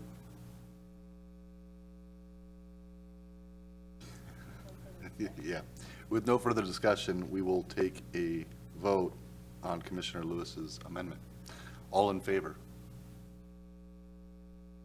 All opposed? The motion's defeated. Thank you, Joy. Be an expert by the end of the night. All right. Moving along. Commissioner Lewis has put an amendment up. Does anyone else have any amendments? We want to take this to parts. Did you guys have like things that they want? No. Okay. So we were just looking for more amendments to Title 18 draft code before. Commissioner Milligan. Thank you. Mine's not written out or rehearsed, but it's on the same topic of site-specific rezones. And I welcome any editing to make this clearer. But I move to amend the Title 18 or the previous motion to take the growth targets bullet and delete it, replace it with a bulleted item up in the category of the criteria that says when we don't allow, so there's the top part that says when we don't allow a site-specific rezone, and there's a part when we do allow a site-specific rezone. And up in the don't allow, say we do not allow a site-specific rezone if the growth targets have been met. I think I'm just trying, I got it, I'd like to second. Okay, Commissioner Lewis, so please. So I'll start the discussion. So the way that this would work then is, I understood that I'd just strike that whole thing because that language hasn't helped us at all, and I don't think it helps saying whether something's on or off to say you haven't met a growth target that's 20 years from now. So that whole criteria has not helped in our past, and I don't know how it's going to help a hearing examiner. So what would help, and what would be the reason why we would have something that would look at growth targets, and that is to make sure we don't go over them. So if that's the concern, that we may go over our growth targets and we wouldn't do a site-specific rezone, and by the way, this would be outside the regional growth center. There is a thing that says that we allow them inside I haven't amended that one yet. And so this would create the protection that we would not go over our growth targets, which may be the purpose for having that bullet point in there anyway. Commissioner Lewis? I'd like to say that I support this amendment and find this to be a suitable change from where I sit. Thank you, Commissioner Lewis. So if I have this correct, Commissioner Milligan, because I think I have the same problem. I see those targets being used more often than not against the city. I think we've heard a couple of petitioners keep mentioning that we hadn't hit our target. Well, we just restarted our targets. You know, how often are we already in the clear? So I thought that argument was bogus from the beginning. Is that your amendment? I mean, I know it's not Yes, written sir. that way, but ideally we're just The crossing rationale, yes, sir, that the way it's written now is something that can hardly ever be used every time you set a new target, because you will not have ever, it will always apply, and so then it's a meaningless measure. But the meaningful measure could be that we have a growth target and we don't want to go over it. Commissioner Altamore. I don't have a concern if we're saying that we haven't exceeded the growth target, except the growth targets are the floor. They are the minimum amount that we need to be able to meet both the population that we have now and the population that we know is coming. And so I was just at a presentation yesterday about this. And so I'm okay with the not to exceed. I was more concerned about the proposal of the 10%, 20%, 30%, because I think that would unnecessarily govern the hold back development. But actually, the way this is written doesn't bother me in terms of if we're still in our targets. Yes, this is more complicated in its language, but it is in essence saying the same thing as the amendment you're proposing.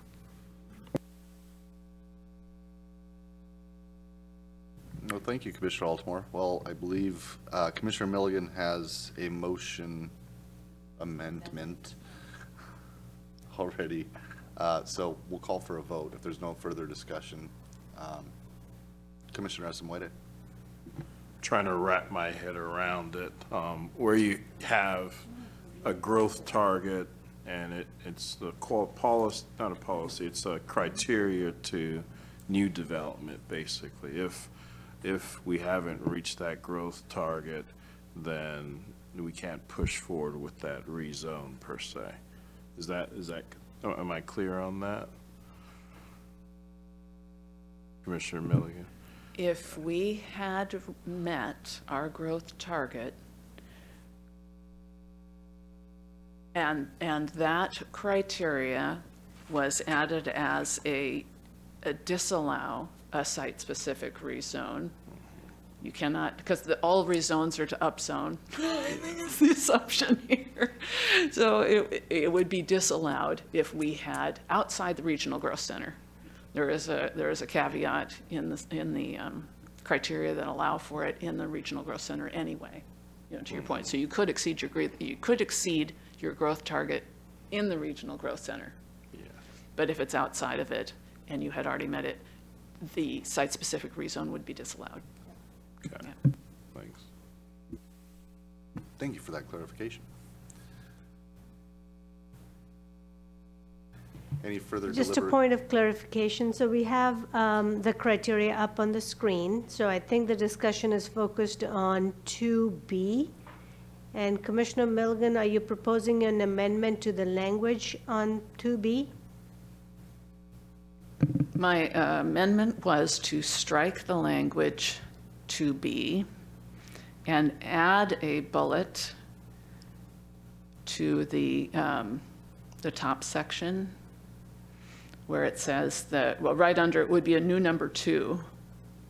A rezone would not, where it says a rezone would not have an adverse impact, it would be of a similar flavor, and it would say the rezone would not be allowed outside the regional growth center if we had already met our growth targets. So that in poetry here up at the beginning, it would be, these are the things that when it would not be allowed, and these are the things when it would be allowed. Okay. So it's just a language change, because you will get that same effect under 2.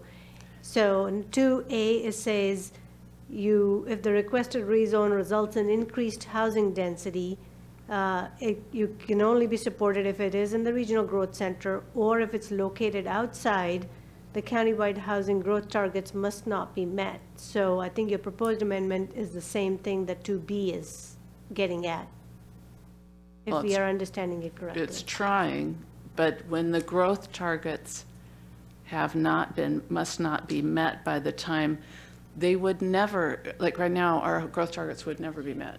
Am I missing something here? That's the way I read it. Commissioner Lewis? The way that I see striking B is that we are not measuring our additional density outside of the regional growth center, outside of where we're trying to put our density effectively, by a target that is in the future. Right now, what the issue is that, I mean, have we met the previous housing target that is passed? I mean, it's a constantly moving ball that is generally 15 to 20 years in the future. So by allowing the language right now, the concern is that we will be upzoning in areas where we don't want our growth, because there is a wiggle room to be able to say, but you haven't met your target yet because it's impossible for us to meet our target. That's how many of us have read the language in the code. So if you would like to add language on that changes that, we've read this, and sitting from the position we have of doing site-specific rezones, it's been an issue. Correct. I think the language was fixed by the way it was before, but it may not have completely captured some of the essence. So Commissioner Milligan's amendment is to strike out B and just say rezones outside of regional growth centers are not permitted if the housing targets have not been met?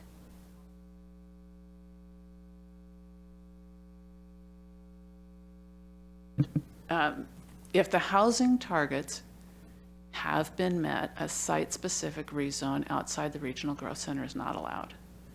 The previous housing target, because this refers to a future housing target. No, the housing target is one, there's only one housing target. You're always in one. You're somewhere in one. You're somewhere in the 30 years Yeah, or so- the 25 years. So there's only one housing target at any given time. And if you have already met your housing target, you cannot have, am I getting it backwards, you guys? It kind of feels like it, because again, 85% of the time you haven't hit your target. I mean, it's only towards that last 2 to 3 years that. Thank you. I think so, because the way I understood it, and that's kind of what I was agreeing with, is often we've never hit our target. I mean, if you're talking about a 30-year target, you're moving for 25 years, you haven't hit your target. It's those last 5 years, I mean, especially with the last one, that you're finally above. So basically what you're saying is the majority of the time, you haven't hit your target. So you can still keep building outside the regional growth center. I don't think that's the essence of what you wanted. Yeah. Because I agree with you. I think you can't use a table that 85% of the time you're always going to be under. It's only during the last couple of years, I think, when we had when we just redid this. That's not always the case. I'm sorry, my mic is. Yeah. Like, think about when Issaquah Highlands and Talus came in, we went past our growth targets in a hurry. we were way ahead of our growth targets long before they were due.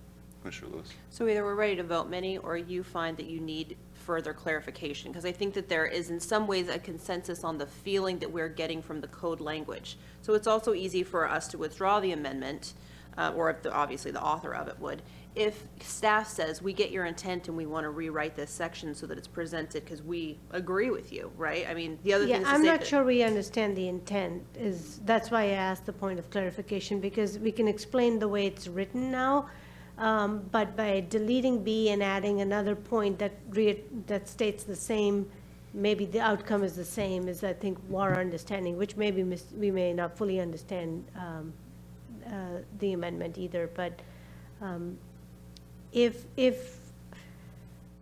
it's not in the regional growth center, what is the intent for rezones? Do you say you can't have increased density at all regardless of the growth targets? Or if the growth targets have been met, and only in that case will you're not allowed, which is what B is saying, or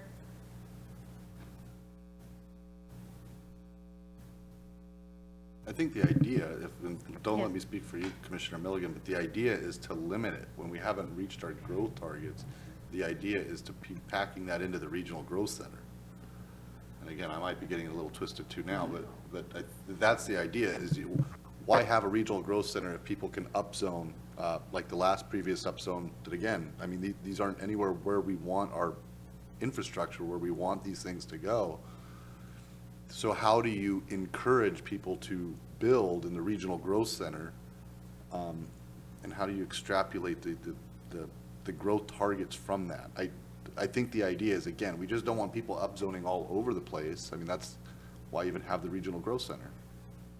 The idea is to encourage them to push that density in there. is the policy direction to not allow upzones outside of regional growth center in any I don't know if it case? can be that strict, but I think you're getting closer to what we feel. Yeah, let me ask this question, if I could. The way that this is written now, how is this different from the way it was in 2022?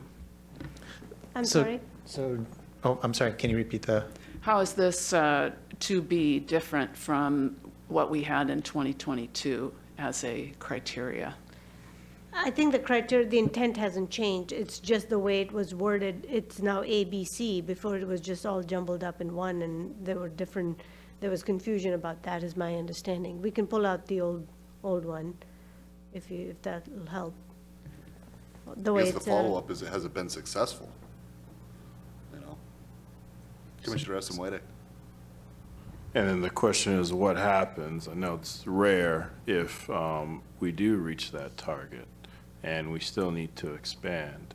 And where would we be able to do rezones for that density increase if you have people who are living in Issaquah and who want to live in Issaquah as well? I think that's really where that goes, the other side of that, the piece of that letter B in there. So I have a point of clarification, Chair Voice.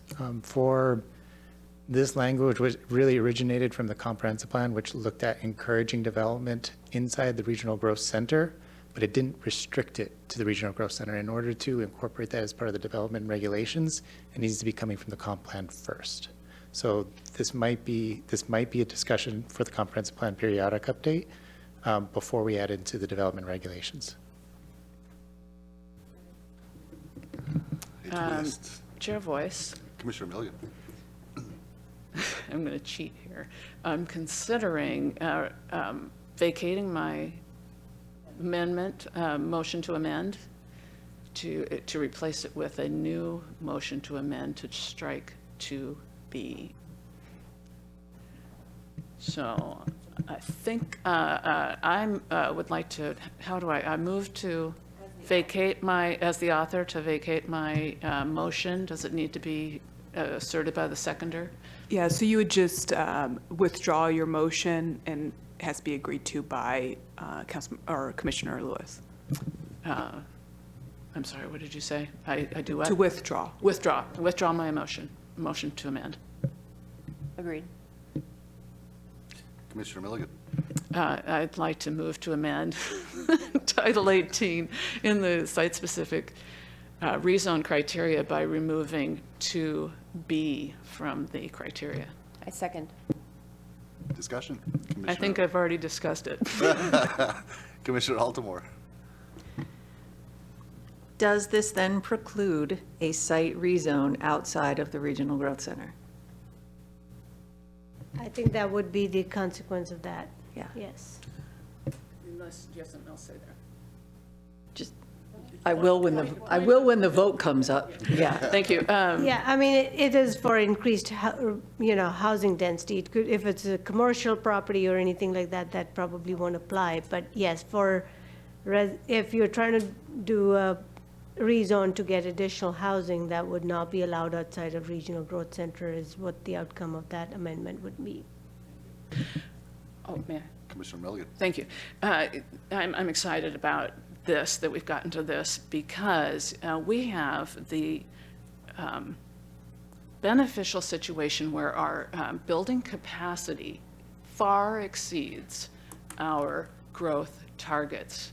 And we have fairly new comprehensive plan and city overlays that show where we want our growth because of economic development, transportation planning, all sorts of criteria have gone into the kind of wedding cake design of the urban growth center and the regional growth center in the Central Issaquah plan. And it's not that old, and it's a great plan, and it is to be a more sustainable, a more vibrant, a more densely populated, and much more housing. If we did not have enough building capacity to take up multiple times of our growth target, then maybe we would want to be entertaining site-specific upzones. But we do have a lot of capacity already to increase our housing significantly, many more times than our growth targets. Commissioner Esamwede. Yeah, I think the thing there, we always talk about affordable housing, and in planning and policy, we're looking out 10, 20, 30, however many decades as well. So I would say to remove something like that actually limits us and actually puts the onus on maybe the next commission or the commission's years to come to actually add something back in if it does become an issue with the scarcity of homes. We understand there's the master planning aspect and whatnot, and we plan, but it's not always implemented per se, and with the different revisions that may come. So that's just a little bit that I wanted to add there. Commissioner Altamore. Thank you. So there are 9 criteria, I think it's 9 in here. This isn't a wide open path to increasing density wherever people want, but I think limiting the increase in density into the regional growth center is just too limiting. We are in a housing crisis in this region. There's no question about that, and Issaquah has to play its part, and whether we like it or not, we are one of the few communities that has any land left. And I think limiting to this extent is too limiting. And there are criteria to be able to keep this from going out of control without having to just close it into the regional growth center. Thank you, Commissioner Kennedy. Chair Yeah. Boyce, I have the language for the existing code. I think one of the questions you asked was how is it changed from what's in the code now? So the existing code does not have this category of regional growth center. The growth targets don't matter, but for the rest, they do matter. So that was cleaned up after the last site-specific. The existing code just says the requested rezone results in increased housing density. The additional density shall only be allowed if the Growth Management Act housing targets have not been met unless the City Council approves the development agreement. So there's not this 3 different categories, it's just one item. It doesn't distinguish between regional growth center and outside. So I just wanted everyone to know that fix was made. Thank you. Commissioner Lewis. From the information that I have gotten from staff over the years, I will say that I don't believe that we in Issaquah have a housing crisis across the board the way this region does. I'm proud of the fact that we met our housing targets, and we were the only municipality who did that and did it well. And on top of that, we have stepped up in many ways and have been working for many years on how we increase housing, and it's incredibly important that we put it where we want it. That means putting it where there's transit. That means putting it where there's available services and having a multimodal approach. What we need here in Issaquah is a variety of housing types. That's what we're not getting. We need across-the-board housing. Right now, we don't have an issue with housing. We have an issue with being able to house everybody. We need to live, work, and play in Issaquah, and right now, it's incredibly difficult to be able to work and live in Issaquah. It's incredibly different to be able to afford to live in our community and in our sister communities, which have some of the highest zip codes in the country. So the idea that we would be directing where we want to put our housing is exactly what we're here to do. If we get into a situation where right now this code doesn't serve us, that's why we make amendments. That's why we're here, and that's what we do. I strongly encourage this right now. Thank you, Commissioner Lewis. I'm torn because I do agree with Commissioner Milligan and Commissioner Lewis. I just don't know if this is too draconian. That's my only concern. It doesn't seem we've been very effective at pushing housing where we've wanted it, to Commissioner Lewis's point. And just from the site-specific rezones that I can remember in the last 3 years, I don't think any of them were even near where we wanted it. So they keep coming, they keep getting upzoned, and there seems to be no incentive to drive these people into the regional growth center. I just don't know if the language is too draconian. That's where I'm a little hung up. Commissioner Milligan. Thank you, Chair Voice. And I gotta say, I am loving this conversation. I love disagreement and to be amongst such an intelligent panel here who all have something to contribute. The backstop is the development agreement. And think about how we contributed, and I recall that we exceeded our growth targets through the development agreements of the urban villages of Issaquah Highlands and Tallis. And with that, we were able to, unlike the site-specific rezone that just recently happened, bargain for further benefits when we added density. You know, commercial zone, transportation facilities, whatever it is that makes that increased density, that up zone, well supported. And in this last time, we upzoned a property that did not get any of those other benefits bundled into that. So the development agreement is the backstop. The development agreement is what lets us upzone with the kinds of benefits that we're looking to provide in the regional growth center. And you could do it anywhere. Yeah, that's interesting. Commissioner Asamoah. Yeah, I think the key thing is that B essentially is saying that, hey, if we reach that growth target, what do we do? The process to be able to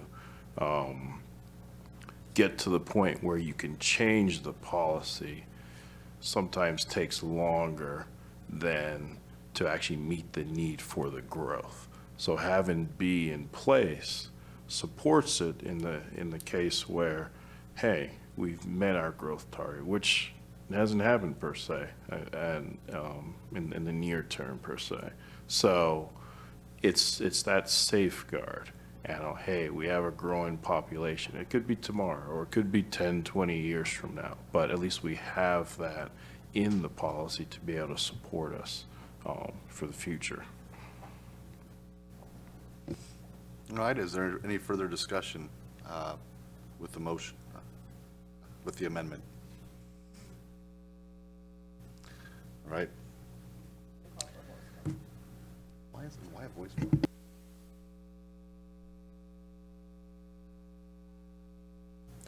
Thank you, Commissioner Lewis. So we'll do a vote. We will do it, yes, we'll call for a vote on the amendment on the floor. We'll begin with Commissioner Kennedy. Nay. Aye, Milligan. Nay, Altamore. Nay, Asamoah. Yay. Nay, Patterson. Nay, voice. The motion is defeated. The amendment.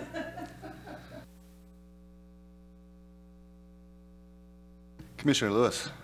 I would like to make a motion to let everyone know that I only have 2 more of these. But I'm gonna, in the interest of the time in our community that is here with us, I'm gonna skip forward. I have one on 3, but I'll be coming back to it because right now for part 5, I'd like to make a motion to amend the ADU square footage. Do I have a second? Commissioner Pat, I don't think I called. I'll second that. Thank you, Commissioner Patterson. Please, open to discuss. Commissioner Lewis. Thank you. I've made this motion because we have had a discussion about this from the public, but yet we haven't had an opportunity to discuss this with staff in particular. I will say that it's my understanding that the city council set this at 1,000, that they have an interest in keeping it at 1,000, and from where I said I don't have a reason to move it. However, we have not had the opportunity to discuss it, and so I wanted to open it up tonight.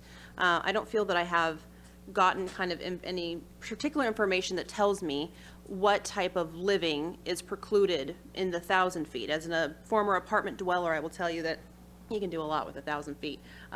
2 bedrooms, a kitchen, and a bath, right? It can be heaven if you've been living in, 423 square feet, which is my record.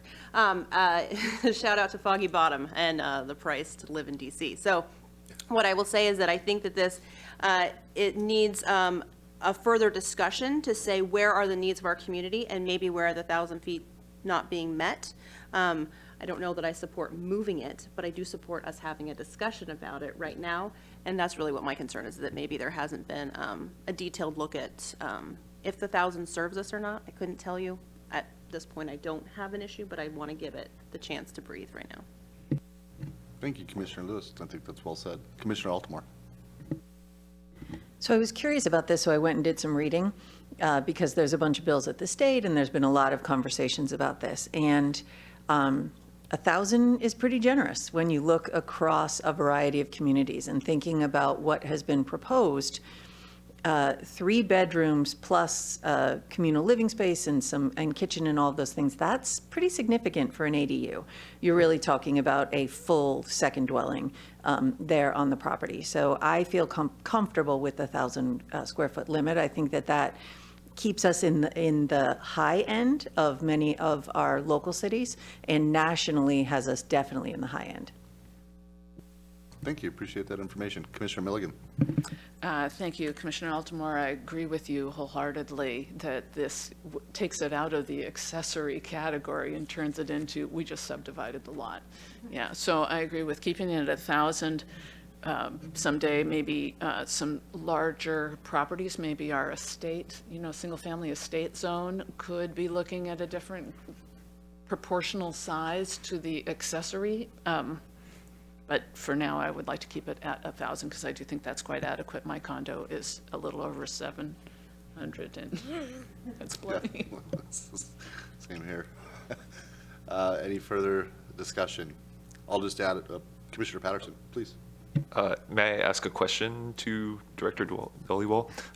Did that 1,000 square foot number, is that Pierce City? Do we have any understanding of where that number came from? The city did a robust code update when the ADU legislation was passed, which was before my time here, so I don't know the specifics of what was analyzed and all that. But generally, cities range from 800 to 1,000, but I think the comment today was tying it to the lot size. So, like all that discussion about what is the additional, so perhaps when the comprehensive plan update communication is going on in terms of looking at if you have a, half an acre lot, it's a different size than a 6,000 square foot lot. So tying it proportionally to that size is something that the city can look at in the future. But this wasn't something we did a lot of research, but the city did do a full public outreach update to the ADU regulations not too long ago. Some of you were probably on the PPC at the time this was being discussed, so you may have more to weigh in. Commissioner Voice, I'll just add to wrap this up. I agree with Commissioner Lewis. I think just not enough information. While I appreciate the public comments, again, I'm pretty confident that staff has always provided us more information when we ask for these things. And that's what I would be looking for, especially if it is truly tied to the actual size of the lot, not the ADU. So there is an amendment to vote on. So we will vote. I have to ask for a vote, voice. I think I know how it's going to go. Right. Okay. Commissioner Lewis is my shoulder to cry on, lean on. So, all in favor of the amendment? Okay, Commissioner Lewis, would you like to remind us of your amendment, please? The amendment is to modify the existing 1,000 square foot ADU requirement from what it is, but there is no amendment as to what it should be. But so I can give the language of the amendment didn't say, but. Okay, right. Yeah. Yeah.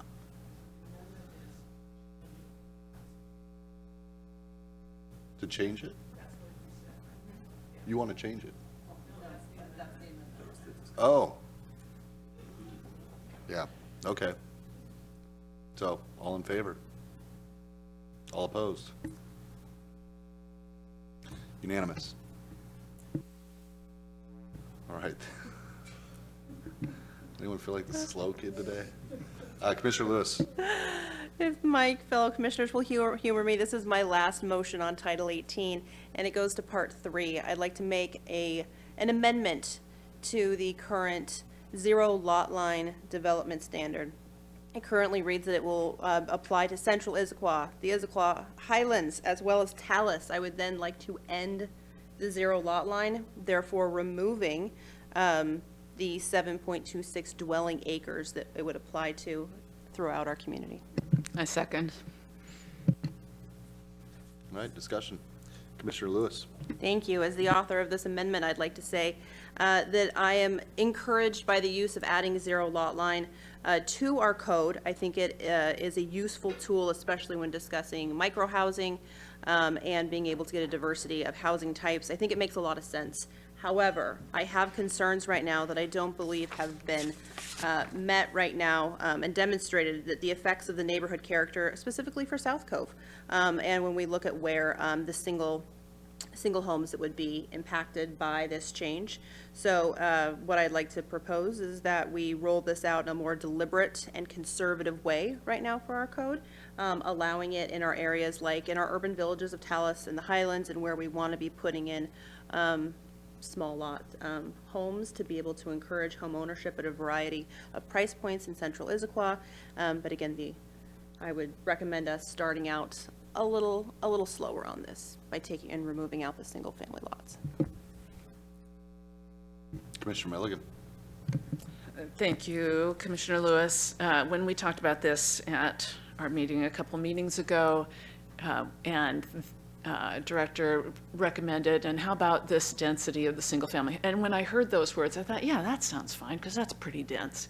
And then I saw on the zoning map, because I didn't have it handy then, oh, wait a minute, that's South Cove, that's here, that's there. And I thought, no, wait a minute, the places that I thought that the zero lot lines were most important, especially to protect from non-conforming uses, is Issaquah Highlands, Talus, the places that are using them that are listed. And so, on reconsideration, even though I did say at that meeting, oh yeah, that sounds pretty good, looking at the zoning map, it didn't seem quite right.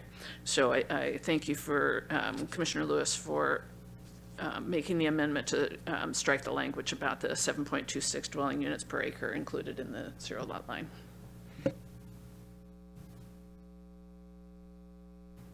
Any further discussion? All right. Do you want to repeat your amendment? You're like, no. I will repeat that I would like to amend Title 18 in regards to Part 3, and to say that zero lot line will only apply to Central Issaquah, the Issaquah Highlands, and to Talus, and that we will be striking the addition of single-family dwellings that reside on 7.26 units per acre.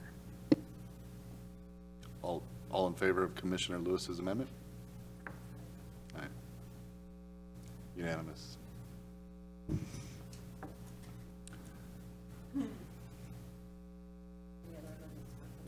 Are there any other amendments? I believe there are. All right. We're going to move along. We're going to vote on the motion for the amendments for the motion for Title 18 as amended. Thank you, Joy. Commissioner Lewis. I know, but we haven't had a discussion on the original motion, have we? Thank you. Let's have a good discussion. There might be various times that this is appropriate to say, but this is the big vote on the big Title 18, and this is the thing we've been working on the last 2 years, and thank you, all the rest of you who joined this party midway, and you've really been great contributors to it. It's a humbling experience to be part of voting on such a big piece of work, and it's even hard to vote on it because you can't, I, for one, can't say that I can comprehensively say, hey, I worked on this whole thing and I support this whole thing, because I've just been selective and tried to contribute where I thought that I could. Really, the work has been done by the staff and our consultants and the rest of all the administration. And I really appreciate all the work that's been done, the persistence of the public who've come to the meetings here in council chambers and have visited us online. They've brought such incredible insight and experience to these deliberations. And so I've really enjoyed the whole process. I'm glad to be voting for adopting the Title 18 as amended. But I'm going to say it again because it just was a theme that was working with me as I thought about this moment, that we're in another starting line. Here, let's get to the next starting line so that we can take advantage of all the improvements that have been worked on and refined over these last 2 years. So I'm excited to be supporting the motion. I second that, Commissioner Milligan. Well said. Well said. All right. Now you can help me with. Well, if you're just going to give me my microphone, you know I'm going to say something. I want to piggyback on and affirm both Chair Boyce's and Commissioner Milligan's comments. And I also want to mention that there's been a tremendous amount of work on this document. We're so excited to be able to pass it on and to see how it changes, how it grows, how it's really a living and breathing thing. We talk so much about policy, and we say the teeth is in the code, right? And it's been an honor to be able to work on the code. But it's also been an honor of all the other voices who've been a part of this, right? We've had other commissioners, other people, other staff members that have left us, right? We've had so many people who have touched this document who are no longer a part of this process, but the reverberations are there. I want to say thank you to our other boards and commissions who we've leaned on heavily. There's huge sections of this code that have changed and been for the better because of all the different voices on it. So I'm proud of this work, and I'm proud to continue the discussion when we move to additional recommendations to talk about how this document can continue to grow and get better as we advise council. And the motion is to approve Title 18 as amended. All right, there's a motion to approve Title 18 as amended. All in favor? Aye. Unanimous. I also would like to say thank you to everyone. Commissioner Milligan and Commissioner Lewis said it great, so I will leave it there. I do think of certain staff and commissioners that are Lucy Sloman, Commissioner Monahan, Keith Nevin, right. Just so many people to list, but again, a big heartfelt thank you to all of the people who helped. So we're going to move on. And we are now going to begin, and we'll end this meeting with our discussion of the approval letter to City Council.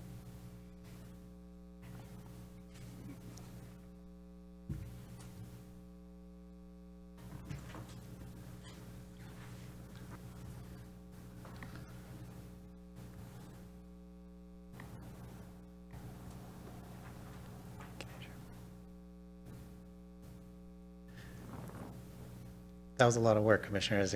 Thank you for all the great discussions. Now we are moving on to our last item, which will be discussion of the letter. I'm going to walk you through each of the suggested edits that were received by commissioners prior to tonight's meeting. Before I get started, are there any additional edits that aren't recognized on your list? Sorry. Commissioner Milligan. I do have one. Where did I, the one about deviations in code chapters. How do I insert that, Stephen? This one?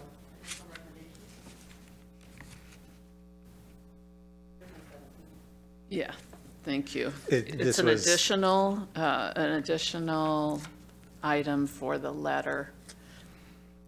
And may I describe this? So I hope that this wording captures, and if anybody has any edits, they can help. The purpose of this is that we have throughout the code the places where the deviations, allowed deviations are described. So up in procedures, which is an earlier section, procedures part 2, we say when we allow deviations, and then as per each section, whether it's hillsides or window transparency, adult entertainment, other things are out in subject matter, in various subject matter chapters. And we haven't had a chance to discuss these, and I haven't had a chance to challenge them, so I just want to make sure that council looked very carefully at whether they desire to include those deviations because they are points by which we do not enforce or hold to our standards. They just need they need more time. Did I capture that in that new bullet, folks? I think so. So just for clarification for the rest of the commission, this was provided to staff after this was given to you prior to tonight's meeting. So we had time to add it to the presentation to help with discussion. Commissioner Lewis. Quick question, where deviations, is it in part 2? Or is it in part 1 in general? Where do deviations fall in Title 18? Which part? They're in various parts. We don't have a section, I see. So right now, you would like to you're not making an amendment to any of our recommendations to council in various parts. Are you doing this in the additional recommendations areas where you're going to want to put that? In our letter, right? Because we're talking about our letter. And Nina, your comment on deviations, would that be in the additional recommendations? Okay. Stephen, you think? Is that what I'm? Well, no, the additional recommendations, that's future. So it could be two No, options. It I could want be 'em to- general recommendations at the beginning of the letter, or it could be part 2 where you're addressing the full list of all the deviations. General recommendations, general and overall comments, yes. That's where I want it, because additional recommendations is assuming that this comes after the adoption of Title 18.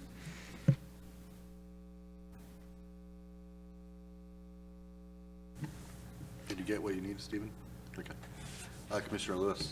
Stephen, I'd like to withdraw edit number 11 as it's just no longer needed.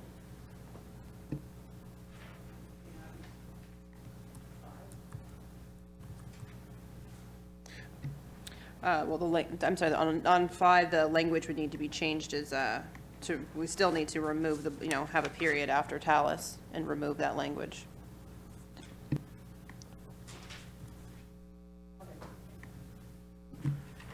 Commissioner Lewis. Chair, I'm going to start this off because right now I am the commissioner who has edit number 1. I would like in this section that we're doing of general overall comments to make a motion to add a new bullet to general overall comments that says this commission recognizes that an extensive review of this document has not been done by this commission given the time constraints presented for the final draft.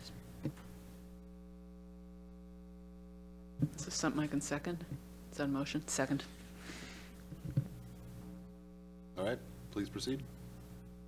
Deliberations.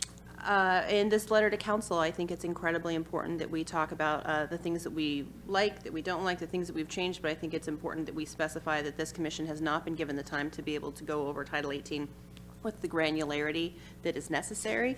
After watching several council meetings talking about how they feel that PPC is doing the deep dive and that they have the 30,000-foot view, I want them to know that we have we've done the job that we're able to do in the month that we've had the final draft of Title 18. I think we could do 3 more meetings and make this document even better. But I think what we want to do is to pass this on to council, have them enrich it, and have it and get it on the books, right, is what our main goal is. And so I think it's important that they know that we are right now doing what we can do with the time that we've been allotted. Commissioner Kennedy. I see a paragraph in the letter already that basically says that same thing, where we state that we recognize the scope of this project did not include discussion on all policy issues. We look forward to working with the administration to continue to make improvements. So I think we've kind of already generally said that. Commissioner Altamore. Ditto, Commissioner Kennedy. Ditto. Great work. All right. Well, we've got a few varying opinions, so yeah, we'll call for a voice vote on edit number 1, Commissioner Lewis's amendment. In favor, Commissioner Kennedy. No. Commissioner Milligan. No. No. Commissioner Esamwede. No. Commissioner Lewis. Yes. Commissioner Patterson. No. Commissioner Voice, yes. Defeated. So.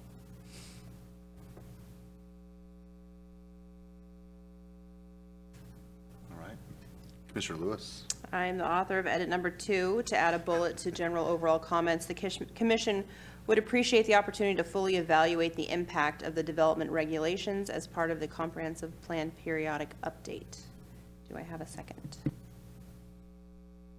Commissioner Patterson. I'll second that.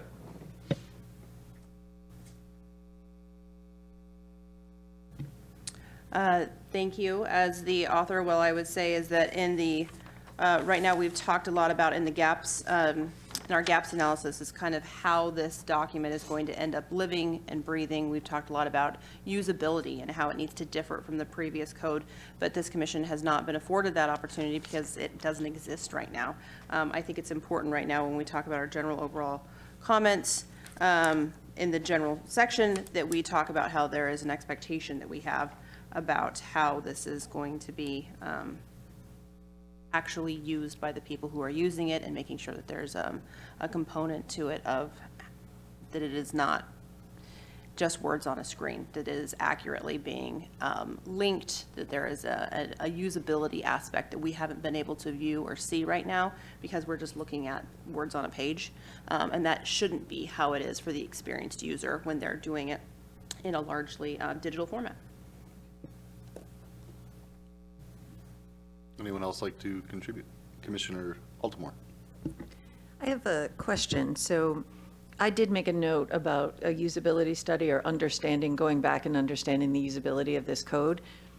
And it may just be my newness to this process, but that doesn't feel like what comment 2 says. Comment 2, I don't know, I didn't quite understand what you were asking for. And if you are going toward a evaluation of the updates and the usability of this new code, it feels like that would be different words than what's here.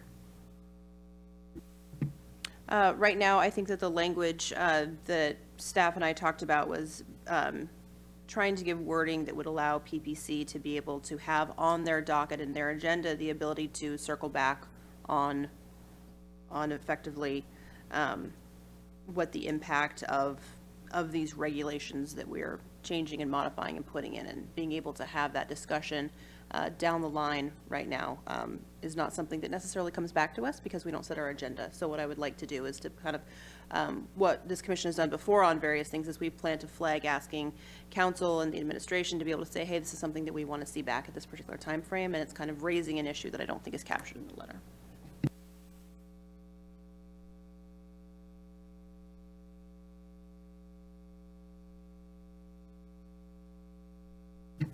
Commissioner Kennedy. Question, you're talking about development regulations, when that go to the Development Commission? Are we asking for regulations that do go to the Development Commission to also come to us? No, I'm trying to read the language and no, right, no, right, I think what I'm trying to capture is, again, some of the things that we saw in this title I'd like to see moving forward going in the comprehensive plan. I think we looked at this through an environmental lens, which was appropriate for some of the things that we're doing. But I am concerned because, again, as planning policy, we have a unique responsibility, right? Ours is not the scope. We are not the environmental board. That is not our sole mandate.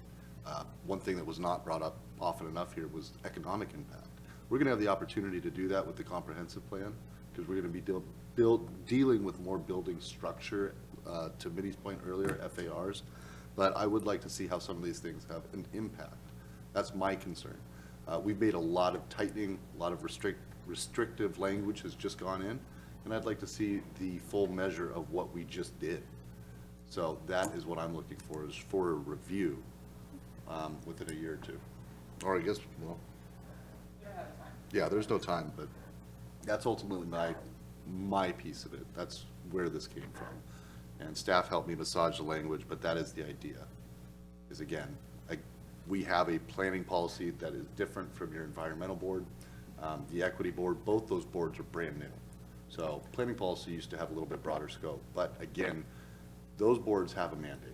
You know, I think equity board, their mandate is to look at city government, look at the distribution of resources. And again, we touched a lot on environmental, and I'd like to see where that took us. Because again, we did not spend time on economic factors or others. That is my concern.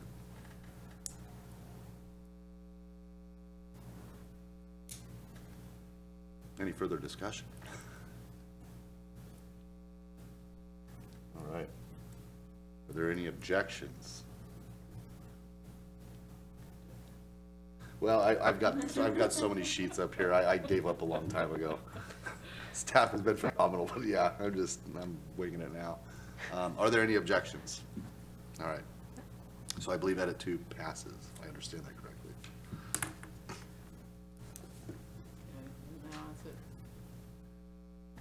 Commissioner Millian. I have changed to the letter that I think falls now, Stephen, if we put it under general about the deviations. Is that right? So I'm going to move that the commission, I'm going to move that we add a bullet to the general and overall comments that says the commission requests the city council evaluate the purpose of all deviations in subject matter sections. I second. And I think I already described this a little bit, but just for the record, that we talked about process, but I wasn't here for a discussion about when we allow deviations, under what conditions, and some of them seem quite arbitrary to me.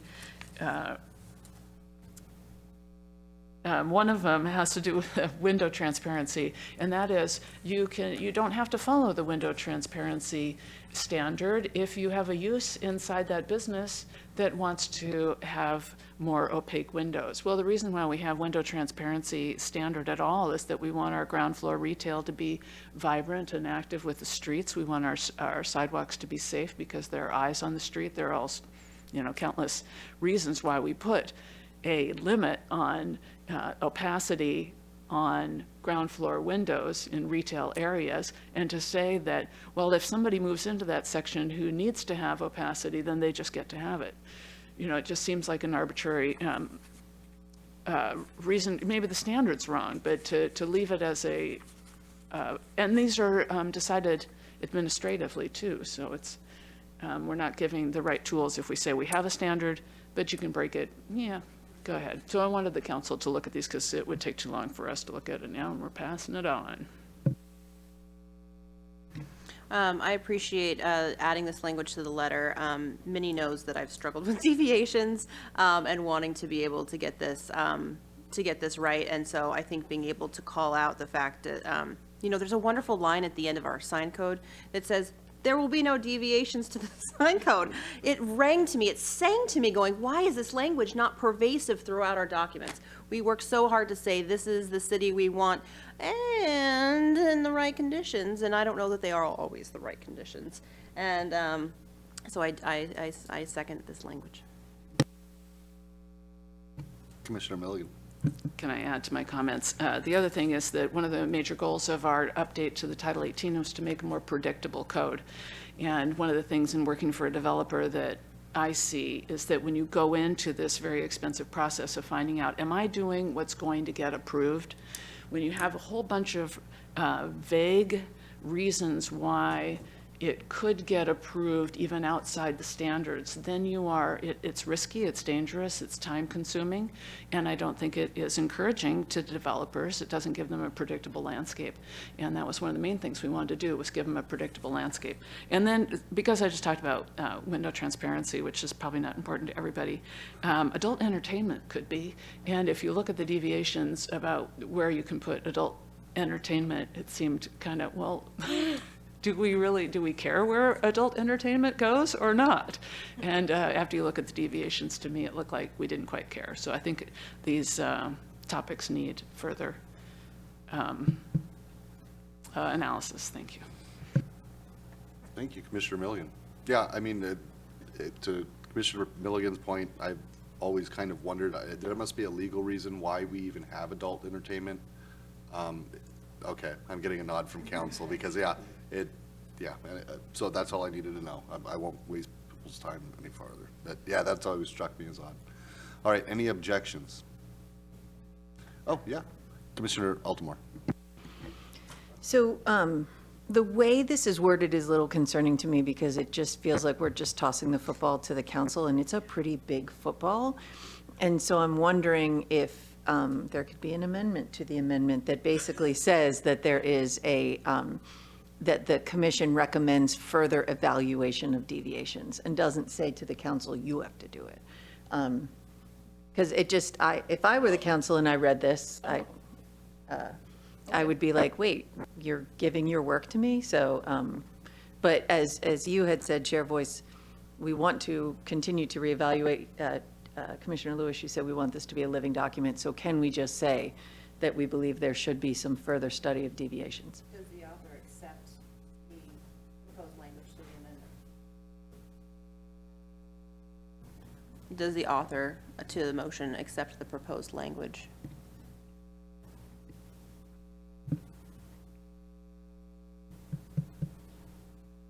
Okay. I am not twisting her arm. Where's Susan to read it back to us? Good, that's good. Any objections? Commissioner Kennedy. Well, just one note that I think your point was that we not put it on the city council, that Correct. the city council further evaluate, but the commission requests further evaluation of the deviations in subject matter sections, just sort of making it a broad, we should look at these again at some point, but we're not going to punt the football totally to you. Yep. I do want to punt. Now you guys are pushing me. Yeah, I do not accept I want to stick with my amendment, and then it can pass or fail, and then we can do another one. But I'm going to stick with it. I wanted somebody in the public, somebody who was responsive to the public, rather than it just be a staff evaluation, but putting the burden on the staff. And you want it discussed in the discussion of Title 18? Title You 18, want it before discussed Title in this- 18 is yeah, approved. that's what I thought. Yeah, thank you, Stephen. Yeah, I'm going to stick with I appreciate that perspective, but I think I do want to punt. Are there any objections? No objections? I didn't think there was an objection. All right, we'll do a voice vote. Commissioner Kennedy.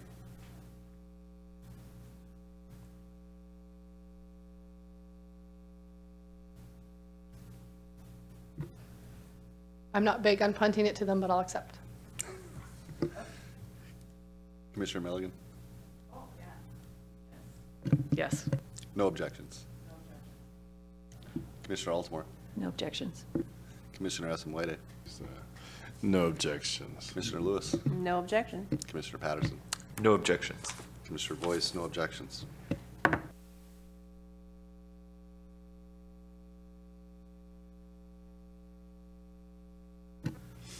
All right, moving on to, where were we? Yeah, part one, edit number 3. Huh? Yeah, that's right. Yeah, thank you. So moving on to edit number 3. Thank you, Chair. That's me. So we're in part 1, the general provisions. I'd like to add a bullet that says the commission would appreciate the opportunity to oh wait, no, sorry. Ha ha ha. Part 1, I would like to add a bullet. The commission encourages additional language to the to this document that supports increasing community engagement. Currently, all level of 1 and 2 reviews have no oversight from the community, and further tracking and increased opportunities for public engagement are needed. And I'm looking for a second. Is anyone second? I second that. All right. Commissioner Lewis. Thank you. One of the main, well, we had many goals, but one of we'll call it the top 5 goals that we had with this Title 18 overhaul was an increase in transparency. And there are actually many places where it's made sense to us to not increase transparency and public involvement. And what I would like to see is that we include metrics in our tracking of as we go on of how we're using this code that allows more transparency. I would like to add language that talks about giving more opportunities for there to be neighborhood meetings on things. And so I think that it's worth having the PPC advise the council that we support additions to of language right now that I think that these components are missing and that we still believe these to be vital engagements.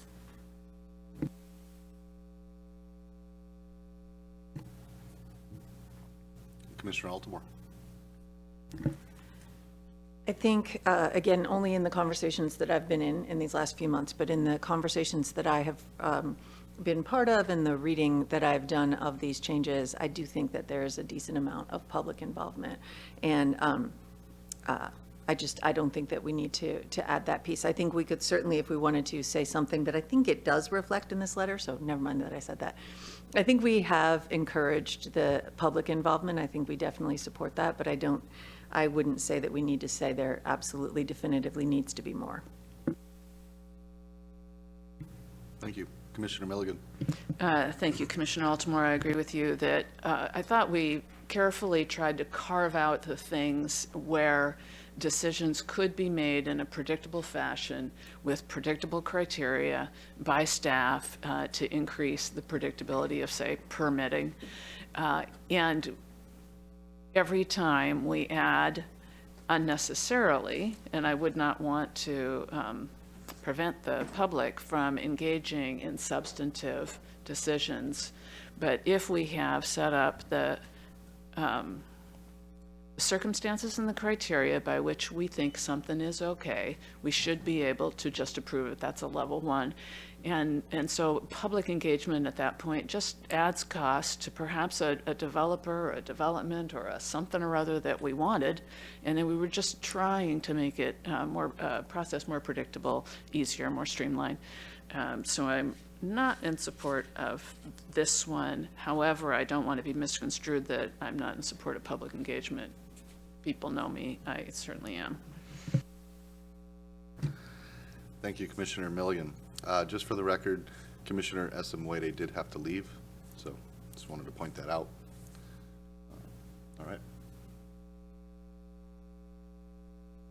Any further comments? Commissioner Patterson. I do agree with the spirit of this addition. Just not getting in the weeds, but there were a couple segments within the code that call out, for instance, like posting in the local newspaper, which is, I think, unfortunately, kind of a bit of a dying breed, if you will. And so I think, calling attention to the idea of continuing to evolve our community engagement may be a way to, kind of phrase it so that it is still promoting that transparency, promoting that community involvement, and evolving with the communication standards that we're evolving every day. Thank you, Commissioner Patterson. All right, I do believe we're probably going to have a little bit of a split here, so Commissioner Kennedy, those in favor of the amendment? What's that? Yes, those in favor. Commissioner Kennedy. Nay. Commissioner Milligan. Nay. Commissioner Altamore. Nay. Commissioner Lewis. Yay. Commissioner Patterson. Yay. Commissioner Voice, nay. All right. We are, where are we? So for the record, we're removing, removing number 4 because it was discussed as part of amendment. And edit number 5, we've already voted on as amendment, so it's all, so that's just a clerical change that you guys will be Correct. making. So we're on to part 5 of Title 18. Chair, if I may. Please. Edit number 6. Right now, we're on a third bullet part for number 6. 1, 2, 3. Where are we? Part 5, 6. Oh, this is the green necklace.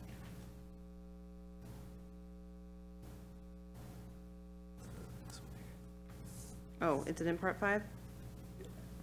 Thank you. Part 5, wireless communication facilities need to be further reviewed to ensure carriers show impacts on communities and need to be reviewed to ensure greater visibility and review by impacted community. So my amendment is such because right now, as the wireless facilities code is written, the way that notice will be given will effectively be after a wireless facility. Even a macro tower would be after the fact. I believe that we need to call attention to the current code to talk about that we need to have a greater visibility and review by impacted communities than is currently included. Second. Since you already talked, my turn. Commissioner Milligan. I want to suggest an edit somewhere. Somehow when I'm reading this, it says wireless communication facilities need to be reviewed to ensure greater visibility. That sounds to me like you want the wireless communication facility to be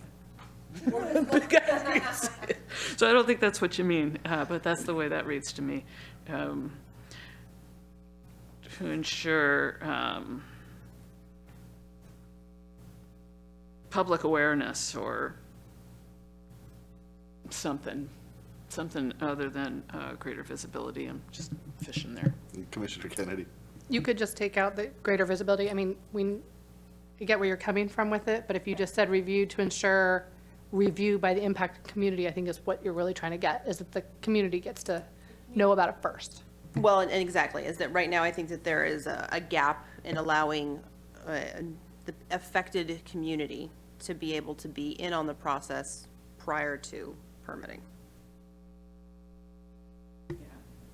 For the record, I think that's incorrect. So we do have a notice of application for all level 2. So the site is posted, the community members get a notice in mail and all that. So that is part of a level 2 process. And level 2 is director, so they're noticed, but there is no community meeting. So unless there's critical areas. Unless yes. there's a critical, right. So right now, we could put a macro tower somewhere in our community. You could be noticed that it was happening, but it's under director approval for level 2. My understanding is that's from our existing code. So that was what was approved under the existing code, stayed the same. Because the city, you all did a lot of work in 2018 or whenever the wireless chapter was done. So the review process stayed parallel to what is in the existing code. And But just so that you know, it's not after the fact, there is a notice that goes during the review part. Right, so the way that we've talked about my concerns right now with the wireless facilities, because of language that was changed for legal reasons to adhere with different federal laws for it, there is now what is called allowed with meeting conditions. So there used to be 3 columns for the rest of you. It said allowed, discouraged, and prohibited. Discouraged didn't mean anything from a legal perspective. We can't deny it. You can't, you can argue with people, but you can't deny a project on that. So it's allowed with conditions, and prohibited. So it's just the terminology changed, but none of the standards changed. The review process stayed the same. Commissioner Altamore. Just wondering if instead of the word visibility, you'd want transparency or community transparency, so you don't have that question about whether it's the actual tower. Yeah, accepted, yeah. Accepted.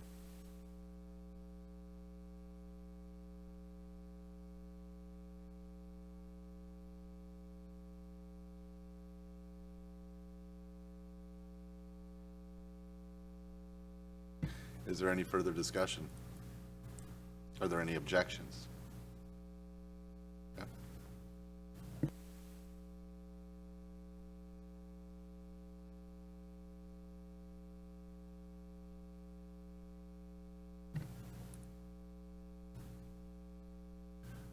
All right, part 6, edit number 7. Greater environmental expectations of development are needed to fully support our environmental policies. So that's an additional language to the current first bullet point.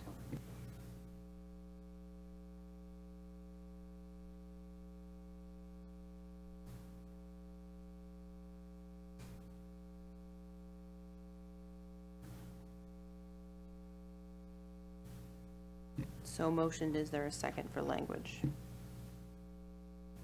Sure, I'll second.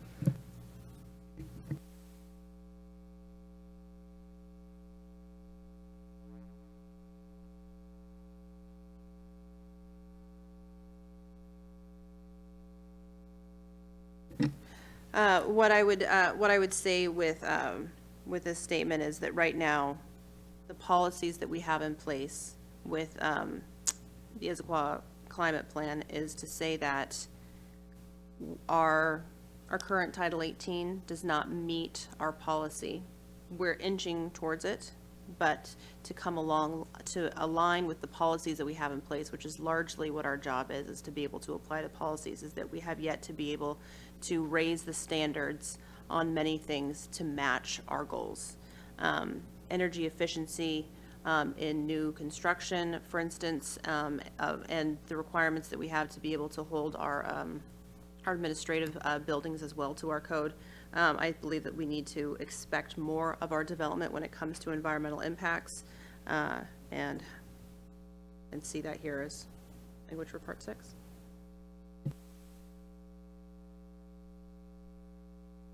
Commissioner Milligan. Thank you. Yeah, I seconded this motion because I think it just calls out the that we've come a long way. That's where the first part talks, but there's still a way to go, and you just can't get it all done today.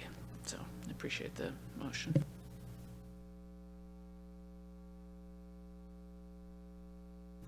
Any further discussion?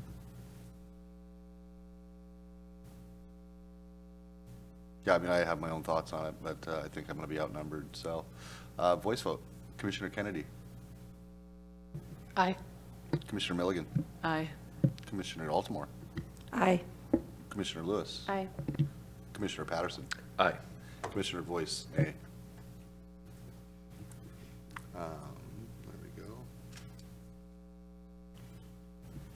Edit number 8 for part 6. Right now it states that the commission believes the updated language for the outdoor lighting improves the code's ability to preserve shorelines along Lake Sammamish and improve the city's ability to address lighting pollution.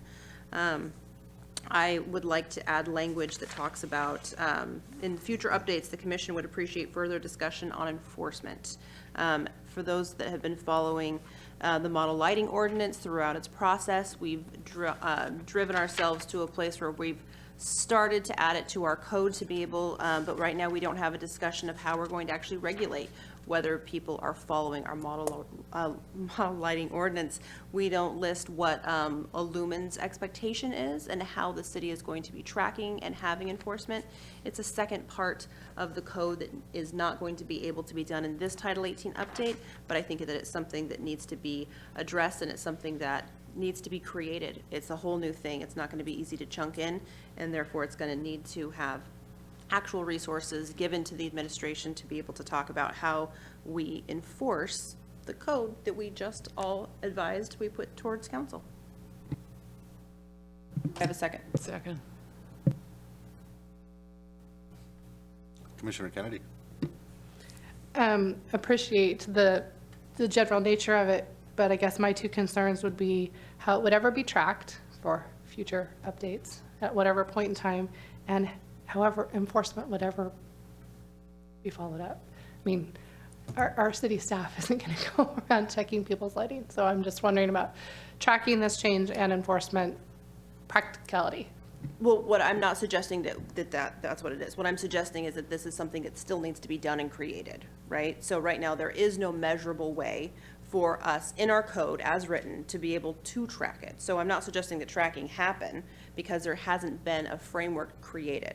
So this model lighting ordinance is brand new to Title 18. Previously, our lighting code has been different depending on where you were in the city.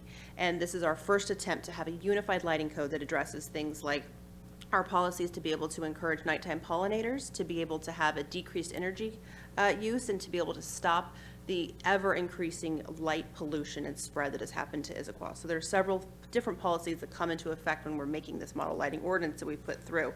We have a gap, right? I'm not suggesting we're going to create that gap tonight or even in this Title 18. However, it's a gap that needs to be called because council needs to allot resources to staff to say, hey, we care about this. How are we going to put this code into place, right? What that looks like with code enforcement officers, I'm not deeming to say what it is. What I'm saying is that it's something that needs to be looked at, followed through on.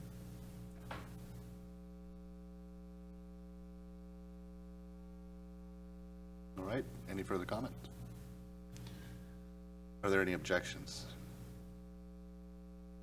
All right, so we will do a voice vote. Commissioner Kennedy. Nay. Commissioner Milligan. Yay. Aye.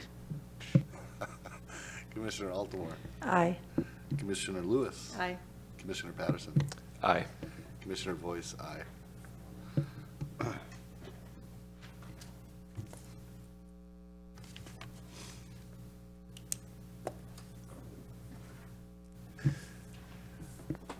I can speak to this one. I would like to make an amendment to add a bullet point to Part 6 that calls out that the commission supports expanding the minimum outdoor amenity space to recognize the importance of outdoor space in the community.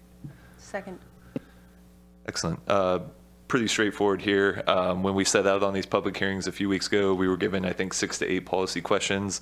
Almost every single one was called out. The result of where we landed on those was called out throughout the letter, with the exception of this one. And so I felt it was important that because it was brought to our attention and we came up to that conclusion to actually increase that, that it should be brought to the attention within this letter.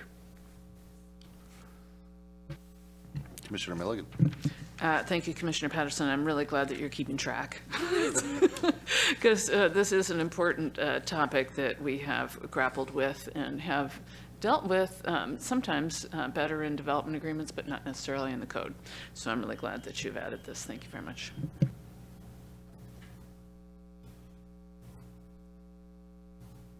Any further commentary on the addition of this new language?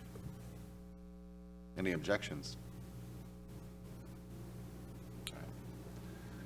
For the record, there were no objections. All right, we are moving on to edit number 7. Or I'm sorry, edit part 7. Nope. Yeah, go ahead. Currently, we're now discussing the last part of Title 18, Part 8, which is the natural environment. I have 1, 2, 3, 4 different, well, actually, no, one's stricken now, so 3. I have 3 suggestions right now, and so I can make a motion on every single one, but what I'm gonna say about this is to say that I don't believe that the Planning Policy Commission has given adequate time to both the questioning of the code as well as a deep dive into why it is, the evolution of it. It's part of what we were impacted with our time constraints. Luckily, the Environmental Board put together a fantastic letter and did focus on a deeper dive. And I think it's important that we voice our support for the recommendations that they do. Things like tree preservation have not even come up in the final draft. Right now in front of PPC, there's a variety of things And I think we could actually spend a whole evening on it. And instead, what we want to do is bring Title 18 to the council. And so I've recommended a few things. I would also like to speak to the fact that right now on number 12, we've had a lot of discussion from a particular member of the community about the impacts of CARA. And what I will say about that is that it's my understanding that they're under a development agreement and that they don't need to have anything to do with Title 18. And that this conversation has skewed from the whole point of the new language that we have on CARA. Updated technology has allowed us to do something very significant, and that is to help protect one of our most precious resources. And I don't appreciate the disparagement that's happened, and I would strike this completely because I don't believe that there has been some sort of ill effect from updating our code to be more state-of-the-art in how we protect our groundwater. So I appreciate the comments that we've had. I appreciate that staff will continue to work with them, and I have full confidence that anybody who is in this city who is impacted by CARA will be able to find a way forward with our great staff. I don't believe that it is supported by this commission to say that we have serious concerns about it. In fact, I'd rather champion the changes that we've made to CARA right now in Title 18. So I have a very different take on it. Agree with it what you will. So I also called out earlier that I think that we can actually do better. And when we've talked to, for instance, one of our fantastic staff members, Doug Yormick, and talks about we have to work with what we've got, right? The resources that have been allocated to us to be able to make the determinations that we did to write code, there's still resources that the council would need to give to the administration for us to be able to further look at the impacts. For instance, right now, peat and wetlands, right, could really use resources to be talking about how does our ecology work together, how can we have a better code that's more specific to being able to understand groundwater runoff. I mean, there's a whole variety of things. So I think that we can strengthen some language for this Part 8 in the environment, and I've made 3 suggestions that I welcome anyone agreeing or not agreeing with. Commissioner Milligan. Are you making a motion of all 3 at once? I kind of was. Am I getting tired? 9:20 at I'd like night? to make a motion to, on the edit number 10, the commission supports the recent work on the environmental section and believes that further protections are needed with funding from City Council to support strengthening our environmental practices. Do I have a second?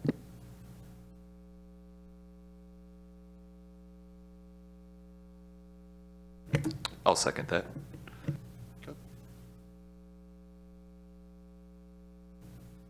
Would anyone like to add to the discussion? Commissioner Altamore.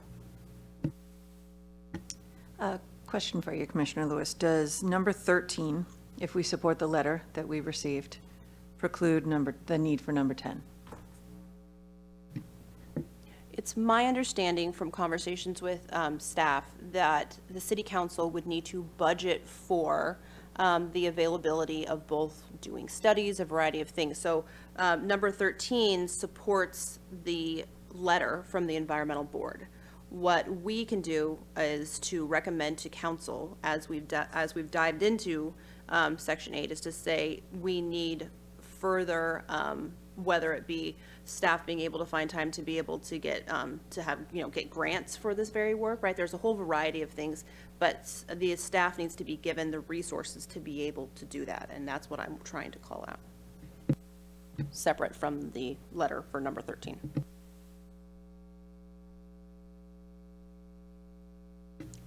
Commissioner Milligan.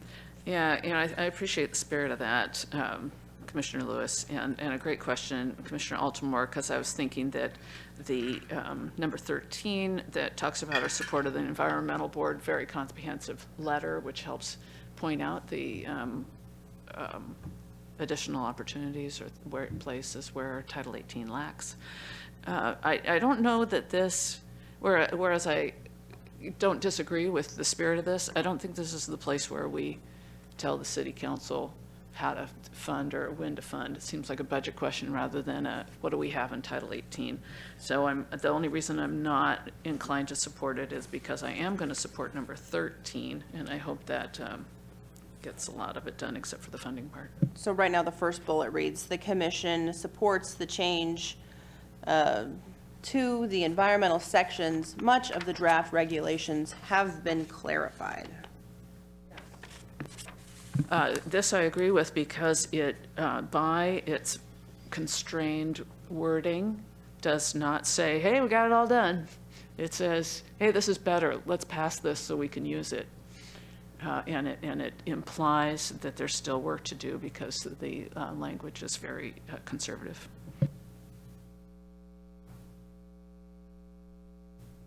Any further comment? All right, we'll do a voice vote. Commissioner Kennedy, you approve of the language that was offered? Nay. Commissioner Milligan? Nay. Commissioner Altamore? Nay. Commissioner Lewis? Yay. Commissioner Patterson? Nay.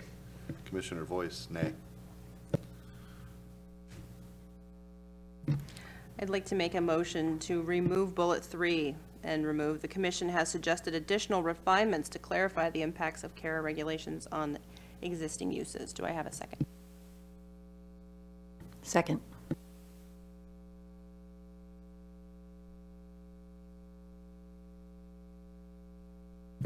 What's the purpose of removing this?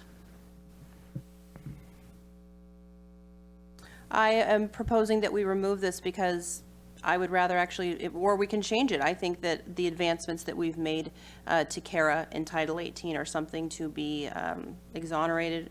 I think that we've used technology to be able to widen our knowledge of how surface water infiltrates our groundwater, and I'm concerned that the comments that have been in previous meetings by this commission have instead cast it as being something that's giving negative impacts to our community, and that there's somehow some sort of exhaustive regulations that are going to instead impede what people can do because of the updated CARA map. I think that the updated CARA map is I'm fully supportive of it, and so I would remove this bullet entirely because I think it casts a tone that I don't personally agree with from the work that's been done.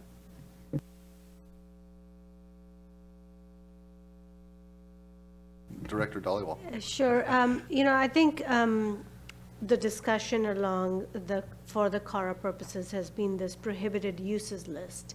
So there is some work to be done to clarify the language and the intent of that prohibited uses list. I think the intent has always been any new uses are not allowed. There's a line in there that talks about existing businesses can stay. I think it needs a little bit more clarity to provide that clarity for everyone, and that's based on the public comments we've received, but also on our own review of, is it capturing the intent of what that list of prohibited uses is for. So just wanted to clarify that it's not the CARA map that has been fixed and the study has been updated and all that, but the language piece for existing uses still needs some work. And while I fully support that, the language on this point says that the commission has suggested additional refinements, but we have yet to actually have a real conversation about how CARA is even written. The way that we addressed Part 8 in the last meeting was absolutely minimal. The questions, the CARA map wasn't even brought up in the last meeting, which was the public hearing on it for the final draft code. So I don't support the current language because I don't believe the commission has suggested that additional refinement is, because we have yet to have a discussion of it. So I would strike that language from this letter because I don't believe that we've had an adequate space for that conversation. I don't think it represents us, which is why I'm suggesting the removal of the bullet point.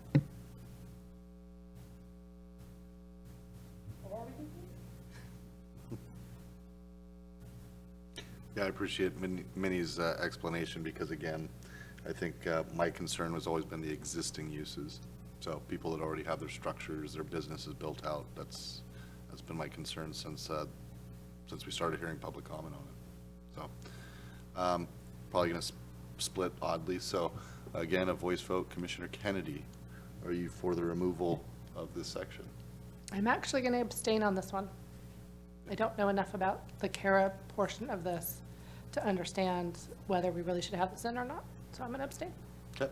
Commissioner Milligan. Nay. Commissioner Altamore. Nay. Commissioner Lewis. Yay. Commissioner Patterson. Nay. Commissioner Voice, nay. I'd like to make an amendment to add a bullet point to Part 8. The bullet point would say, "The Commission supports the letter of recommendation by the Environmental Board and seconds their concerns and joins their enthusiasm for what has been achieved." Commissioner Patterson? I'll second that. Okay. Yep, the only problem I have is again, we're trying to make a very concise letter. I don't care for the language enthusiasm or things of that nature. It's one thing to agree with them, but again, we purposely stripped some of that language from the letter originally. So to put it here seems odd. Commissioner Milligan. Thank you, Chair Voice. I agree. The sentiment here is to point to that good work and say, we're not giving you all those comments, but they are. And so then if we, would the motioner consider removing the second half of the sentence starting with "and seconds"? I would. All right. Then I'm going to vote for it if you do that. A little horse trading, sweet. Okay, are there, I guess we'll start with, are there any objections with that? Okay. No objections. Yes, that particular bullet, if we can add that, that'd be great. So we have a few additional recommendations. Commissioner Lewis? Our additional recommendations sections. We recommend future additional review of the following topics to advance the city's vision within land use code. Honestly, I wrote a couple extra while we were sitting here. Like mitigation banking, having stronger language, that's something we discussed and yet somehow fell off once we finally got to final draft code. I think there's serious concerns about the mitigation banking code. Right now, I've got increased transparency through greater public involvement. I've got a review of the usability of this document. I've got continued environmental protections. And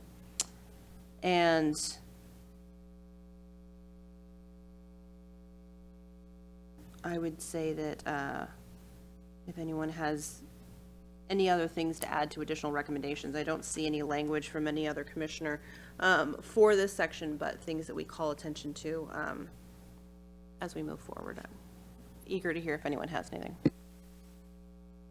Commissioner Altamore.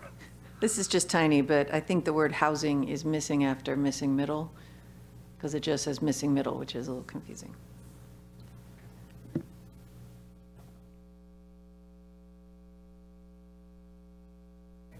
Oh, sorry. Yeah. Can we discuss what Commissioner Lewis? I believe it's on, yeah. I believe Okay. it's on the floor. So the increased transparency through greater public involvement, I feel like we already talked about that, and I don't personally feel the need for that one. The review of usability of this document, is that what we agreed got picked up in that first bullet so that it doesn't need to be here? Because that's exactly what I would like to see, is the word usability, that we actually do understand that. But when we talked about that very first, I think it was number 2, sorry, the second one. I feel like that's what we said that was for. And so do we also need to say it down under the last part? So I'm yes on 1, no on 2, no on 3, or yes on 14, no on 15, no on 16, if they were caught other places. I guess that would go to Commissioner Lewis as the author. I can speak to, I guess, number 16, but if you want to speak to 14 and 15. I can withdraw 16 as I feel that we've already done it, and I'm the only one who thought that it was something that needed to be called out in this document. So I can strike 16 from it, and I can make separate amendments and motions, but I don't believe that, while I do think that we talk about the essence, I don't believe we've called out the usability of the document. I do think it's something to say that, again, that would be a direction from council to be able to tell the administration, you need to spend the time to actually be charting and telling the public how many times are things going under director review, right? How are we, the same way that we did a study to say, hey, how does this actually work in practice? we kind of need to continue to do that to see how is Title 18 doing it. When you're living and breathing in this code, is it easy to toggle between? Is it easy to say if I need to do this, then I need to do this? We haven't have a purview into that, and I would like that. And that right now, that's I think is a big enough thing that it should be on the whiteboard. It's not a small thing to ask for. It's not going to just be hand this off and somebody answer this question. So I would keep 14 and 15, and I'd like to make an amendment for additional recommendations for continued environmental protections, and I'd like to see if I have a second. I'll second that. Thank you. So the new amendment strikes 16, we're just talking about 14 and 15. Well, we're talking about 14 right now. I officially motioned it. Okay. Nope, 14's fine. Is there, right, is there any discussion? Any objection? Okay. I'd like to make a motion to an additional bullet on additional recommendations that would say a review of the usability of this document referring to the Title 18 code. Second. Commissioner Patterson. One clarifying question for you, Commissioner Lewis.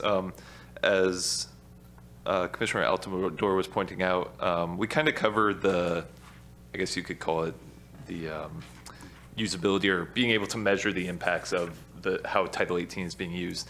My recommendation on this one would be to actually add the word accessibility. I think that's something that you had kind of called out meetings ago about like how people will physically see this document online, how it could be accessed and used and filtered to be like, oh, I'm trying to build a new house on the lot, or whatever it is that they actually are navigating through the code. How can we make it accessible to the public? How can we make it so it's easy to use? So it's kind of just in addition to usability, just the accessibility part as well. I accept the additional word of accessibility, as it definitely gets to my intent, which I think is a little bit different from the wording we already did on that bullet point of the impact of development regulations, which equally important, but a little bit different, so.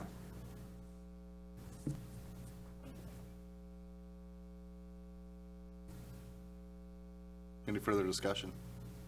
Any objections? All right.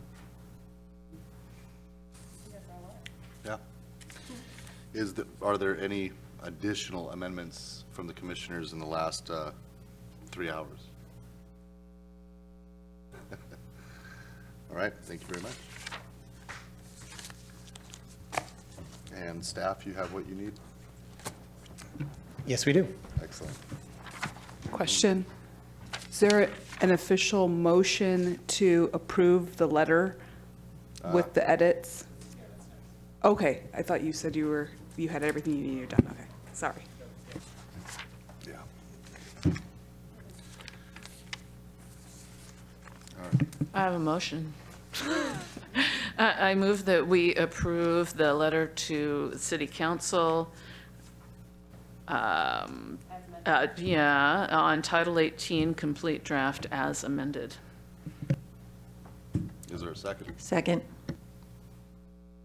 Any discussion? Hearing none, we'll vote to move. All of those in favor say yes. Yes. Unanimous. I think we're-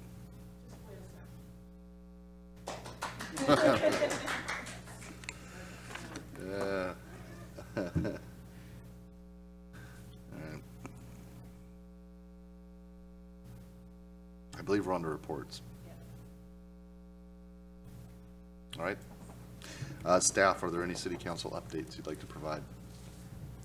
Yes, just really quick, we'll be bringing all of the commission's recommendations from tonight and all the previous meetings from the last 2 years to the council committee next week on Tuesday, February 7th.